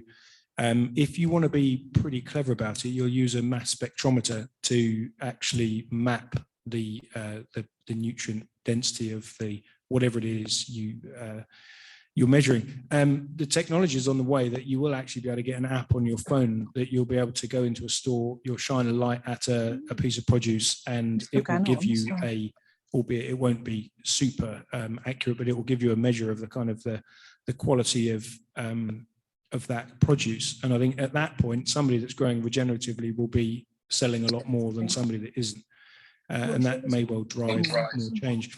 I think what we do is simply we use a refractometer just to measure bricks, and you can do that with wheat plants. You can do it with asparagus, apples, pears, whatever you can squeeze out of as a plant, and shine light through it, and you measure the wavelength of the light as it refracted through the liquid, and that gives you your percentage of soluble solids. And we do that a fair bit. And you can take an iceberg lettuce, for example, and you might find a percentage point of 1 in an iceberg lettuce. And you can do it. You can take something you've grown in your garden, you can measure it. You can buy these refractometers; they're quite cheap, and just have a bit of a play. It's not perfect science, but it gives you a pretty good idea. Any questions from our, I want to say studio audience, but our audience in front of us tonight? Yeah, have we got Nikki? Nikki's running with the mic. So my question is for John. Obviously, being on an organic farm and not using insecticides, have you come across any problems with invasive species? And if so, how have you overcome this? What do you mean by invasive species? Just large numbers of pests attacking our crops? So, for example, non-native insects that could be harmful to nature that's found on your farm? No, I don't think we have. No, I don't think we have. I mean, I think that, we planted an oilseed rape crop this year and it failed. And then I went to see David White, who farms near Cambridge, and he's in a sort of oilseed rape, as in flea beetle hotspot. And he put in flea a beetles, more diverse species around his oilseed rape, and he had a great crop. And so I'm learning from people like David about, how we can achieve that. The only thing that we do suffer from, and this is just a normal fly that we get, is gout fly in spring wheat. I'm not quite sure why we can't seem to overcome that, but no, we do have the occasional problem with native species building up, but generally we don't. And I think it's because we've been building up beneficials. Any more questions? Yep, right over there. Lovely. Run, Nikki, run. Question for James. You mentioned the herbicide strips under the trees. I'm guessing that you've successfully got rid of those, or you're planning to in some way. What is the best thing you think you can grow under the tree that will actively help the trees, rather than what I remember back in the days of my youth, where if you didn't spray it off, you had to pick apples in knee-high or waist-high nettles and God knows what? That's a very good question. I think there's two approaches. There's the sort of the pioneering scientific human way of trialing thousands of different cover crop mixes under your trees to try and come up with a perfect solution. I think, generally speaking, what we're finding is that by stopping spraying herbicides, we are no longer selecting for weeds that we can't control. So every time you go out with your Roundup, you kill off all the susceptible plants, and the first ones to come back are the ones that can cope, and they become increasingly hard to get rid of. So what I'm trying to do is I'm trying to just literally trim the plants underneath the trees and let nature find a sort of like compatible community of plants. What we're seeing is that the nettles, the thistles, the docks, the annual mercury, just disappearing, and you're ending up with some benign grasses and some clovers. I think there's a case for trying to get in nitrogen fixing plants, which we establish in the grass alley, and which we then mow and blow underneath the trees. But I think the first thing to do is ask why the weeds that you're struggling with are there, because 99 times, probably more than 100 times out of 100, we are selecting them through our practices. So change your practices, the plant communities change, and the problem starts to go away. But we've got a way to go yet, and there may well be a case for when you're establishing young orchards that we go in with bespoke mixes to try and get a head start from at the beginning. Any more questions? Yeah. Oh, two over here. Lovely.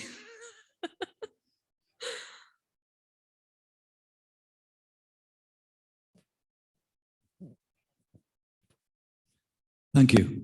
Is there any evidence to show that organic farming alleviates watercourse pollution? I don't have any evidence for it, and it is something that we should be doing. We're trying to put together a farm cluster at the moment along the tributaries that run from sort of High Suffolk down into the River Stour, and we will be measuring water, but that'll be organic and non-organic farmers. I suppose that what we're doing, looking at what we're doing now, which is using no artificial fertilizers and no chemicals on the farm, one would imagine that the water that comes out of our drains into the Chad Brook, which is the southern edge of our farm, would contain little or less or no chemicals. But I don't test it. I suppose my biggest failing as a farmer is that I should look at these things in more detail, and it's actually having the time to do that. But certainly through the cluster, that's the kind of thing that we will be testing. And I think we need to test it as farmers. If you look at the Wensum cluster, there's a wonderful a lady called Lizzie Emmett who's driving their cluster, and they're really focusing on water quality. And again, going back to what I was saying about wildlife and the farms, as farmers, we should be testing our own water. And if we've got stuff in there that we don't want to, shouldn't be in there, then we should be doing something about it. It's our responsibility. We can't always pass the buck. We have to take responsibility for our actions on our own farms. And we had another question there. Yeah. To me, one of the problems about carbon net zero is that it becomes a proxy for what is environmentally friendly. But obviously, lots of the things we do as farmers are actually about species diversity and everything else. I'm slightly worried that as a small-scale livestock farmer with quite extensive grazing, all the drive is let's be more efficient, let's produce the meat more quickly with different breeds and get rid of the traditional breeds and turn the meat around faster because my carbon footprint will be less. Do we need to do a better job of advocating a lot of other metrics other than just carbon capture that we'd like to be measured against as farmers?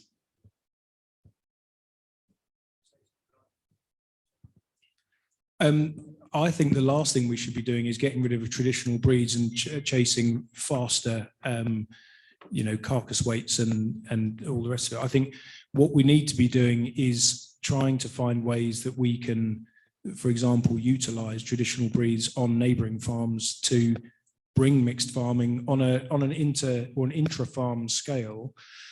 I think one of our biggest problems is that, if you look at poultry production, most of the poultry is produced in Norfolk now, and factories processing 18 million chickens a week and all the issues that come with it. So the way I see it is that we need to go back. If we rebuild this connection, and this is a longer term plan, it's not an immediate fix, but we should not be getting rid of traditional breeds, because traditional breeds are the ones that fit into a more natural cycle and will help us drive positive change on the farm. So I think there's this whole public perception about being carbon net zero and everything else, and often the humble cow is vilified as being a massive part of the problem. If you've got pasture-fed cattle that are overwintered on cover crops as part of a regenerative system, you don't have the issues that you have with intensive beef lots or any kind of intensification of animal protein. So I think we need to be very careful about how we navigate the whole issue around net zero, and that we don't end up driving negative change on small farms like yourselves, where actually you should be a part of the solution. Can I say, I think there's two things here that are absolutely completely linked together. One is climate change and one is nature recovery. So one thing we get engaged with climate change is we keep on talking about carbon. But the other thing we have to do is also we have to get back to the right normal of the kind of stuff that, you know, the kind of nature we need to get back on our farms. And my slight worry with looking at these carbon markets, my worry is that to actually be able to sell the carbon credits or whatever it is, a lot of us are going to be having to give away those bits of, you know, nature that is recovered on our farms. And I think it's a complex thing. And I think the kind of farming you're probably doing actually is probably doing more for nature. You're also fixing carbon as well. But I think, you know, it's the nature recovery bit we just mustn't divorce from the climate change bit. I think it's completely linked. Thank you. I completely agree with that. And I think one of the key things for us all is to look at farms as individual enterprises with their own challenges and their own opportunities on this. It will not be the same solution for each farm. It's about us understanding what each farming business is bringing to it, because there's the challenges around biodiversity, there's challenges around carbon neutrality, there's also the challenges of feeding us all.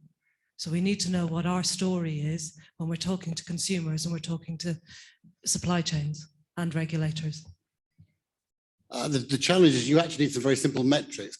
You can measure carbon, you can measure carbon capture. There need to be some equivalent measures for the biodiversity and all the other things that we offer, and that's the challenge. You can actually commercialize.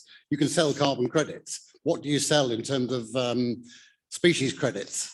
And I know there's a number of people in the room who are involved in biodiversity net gain. So I think there's a lot of things. That's what I meant. We're just scratching the surface as a sector of understanding the opportunities that sustainability could give us. And we need to keep looking at those opportunities and not giving up in terms of what we can contribute.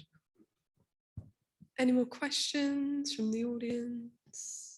Oh, another one in the far corner. Whilst we're traveling the mic, we've got lots of questions coming on here from Zoom. One for James. What does he think about agroforestry and what types of fruit or nut or timber trees would he plant? Can we also open this out to ask Andy Barr when he's starting his agroforestry project?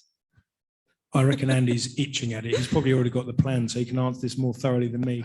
I think it's an awesome idea.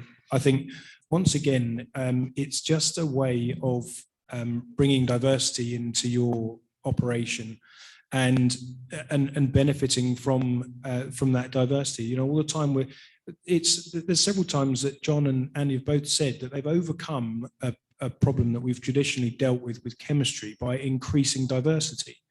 You know, agroforestry, if you've got big open fields and you start putting rows of trees in them to reduce the effects of the wind, and you have perennial roots in your soil on a higher density than you have done in the past, I think it's a fantastic idea. And it's actually where I am now is I'm not going to plant another intensive modern apple orchard, because you can't easily integrate livestock and other processes into that, because it's so focused on just apples.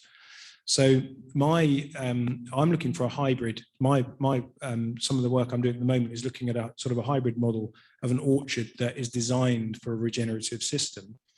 We can't really go back to massive old standards with sheep grazing underneath, because we can't afford to be going up 30 stave ladders to pick apples, because we live in an age of litigation, and people falling out of apple trees is bad news for employers. But I think I would be looking at nuts, and there's a massive opportunity for nut production in the UK because there's not much of it done, but it needs some careful thought and it needs to fit your system. So I think it needs careful planning, but you need to go for just keep diversity in mind. So stone fruit, top fruit, nuts, timber trees. I wouldn't plant ash necessarily, but yeah, I think Andy has probably got a plan up his sleeve, I'm sure. I haven't got a plan up my sleeve for agroforestry at the moment. One of the farmers who was in the Farmers Weekly Award finalist with me was a pioneer in agroforestry and is doing amazing things. And it is fantastic, what you can do. What has happened on my farm is 300 acres I rented for over 30 years, essentially. It's been bought by the Forestry Commission and is currently being planted with trees. And it just, what I'd like to say, it highlights two things. Highlights one, that we've got an awful lot of calls for land, not just for improving the environment, but food as well. So it's going out of food production, but into trees. So there's a balance to be had there. So perhaps agroforestry might be a better solution. I don't know. But there's also money to be made in these kind of things because of the amount of building, frankly, that's going on in Kent, and they have issues with the amount of nitrates they might produce from the building and the phosphates, and these people planting trees can actually sell credits back because they're capturing nitrates and phosphates. And also in a couple of years, all the house builders are going to have to produce a 10% net gain in biodiversity on their projects. So if you can do that, like you were talking about, it's not just about selling carbon credits, you can sell your biodiversity net gain as well. I made a question right over in the corner over there again. Hello, right. A question for John, Andy and James. We've mentioned a lot about regenerative farming, nothing about water and runoff from crops. Obviously, the change in the way you're farming, just wondering how quickly you noticed that your drainage ditches were flowing clear as opposed to full of your field when we used to plough conventionally and used to get runoff when it rained. Yeah, it does. And one of the biggest things that direct drilling stops is soil erosion as well. So you get better infiltration of water, so the water doesn't just go straight off the top and take whatever fertilizer might be there. But we've noticed that you've got a much better soil structure. And I did a postgraduate course over in the West Country, well, near Wales, and they were the huge problems there, growing potatoes and cultivating the soil, and just massive erosion and really doing pretty bad things to the rivers. And you can see, I mean, what I should have done right at the beginning was take all the measurements, things like that John was talking about, things like the drains and what was coming into the water. But I didn't think of it at the time because I didn't realize I was on a 20-year journey and I might want to know the difference between the start. So I can't tell you the answers, which is annoying and frustrating, but it's definitely had a fantastic effect. And, there's people in America you can see who've been no-tilling for donkey's years and have just got huge improvements to the soil and the infiltration on massive storms, compared to, we've all seen, well, you'll have seen slate tests done on YouTube and things like that, where you pour water through cultivated soil and it's completely brown. And that it's really easy to see those kind of things. Any more questions?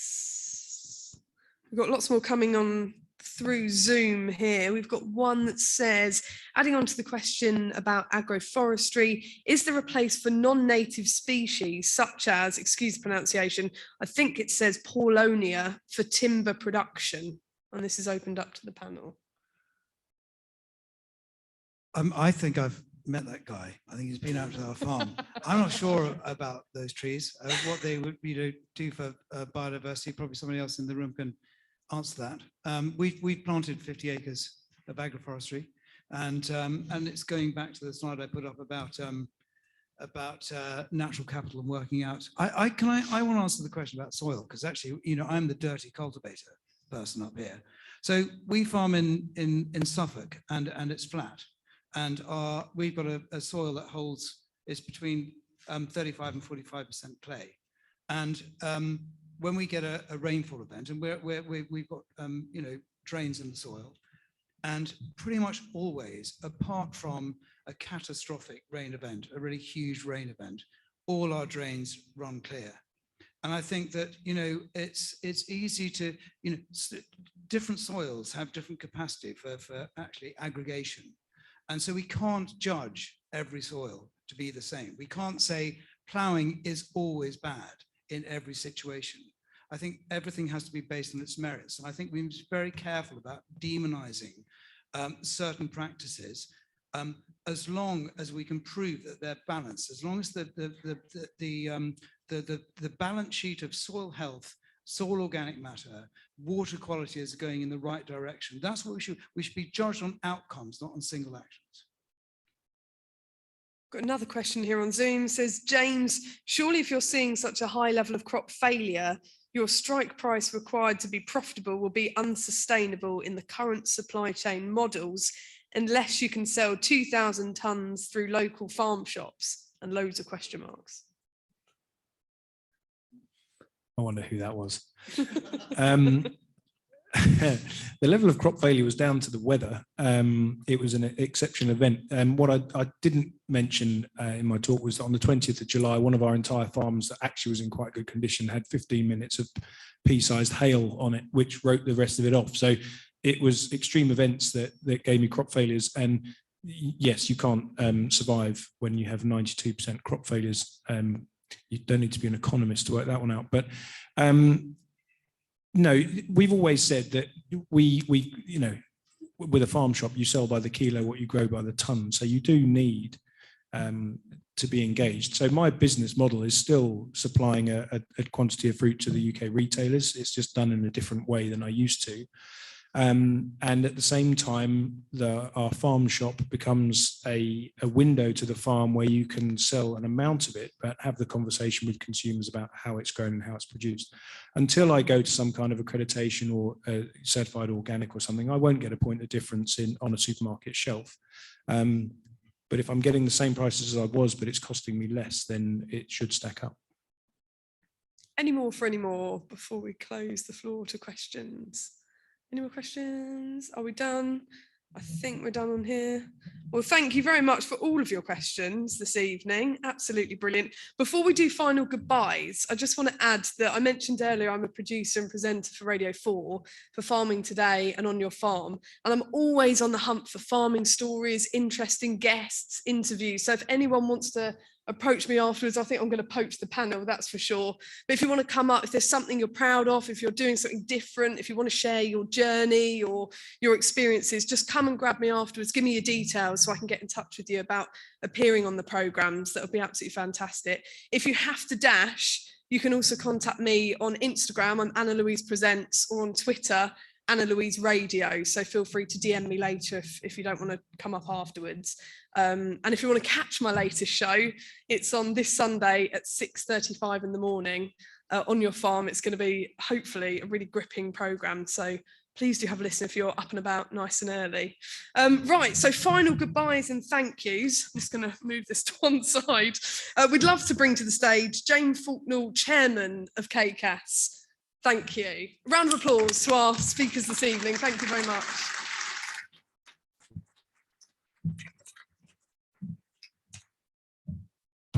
Good evening. I'd like to say a few thank yous. I'd like to say thank you to all our speakers tonight. I think they did a fantastic job for us, and I think they all deserve another round of applause, so thank you. I'd like to thank all our sponsors that you see all around the edge of the building here. Many thanks to all you as well. And thank you for your time tonight. Also, I'd like to thank you, the audience, for your participation and coming tonight. I hope you enjoyed the evening. It's our first farming conference, and I hope it's one of many that we can do in the future. So thank you to you all for coming tonight, and I hope you enjoyed it. Thank you very much.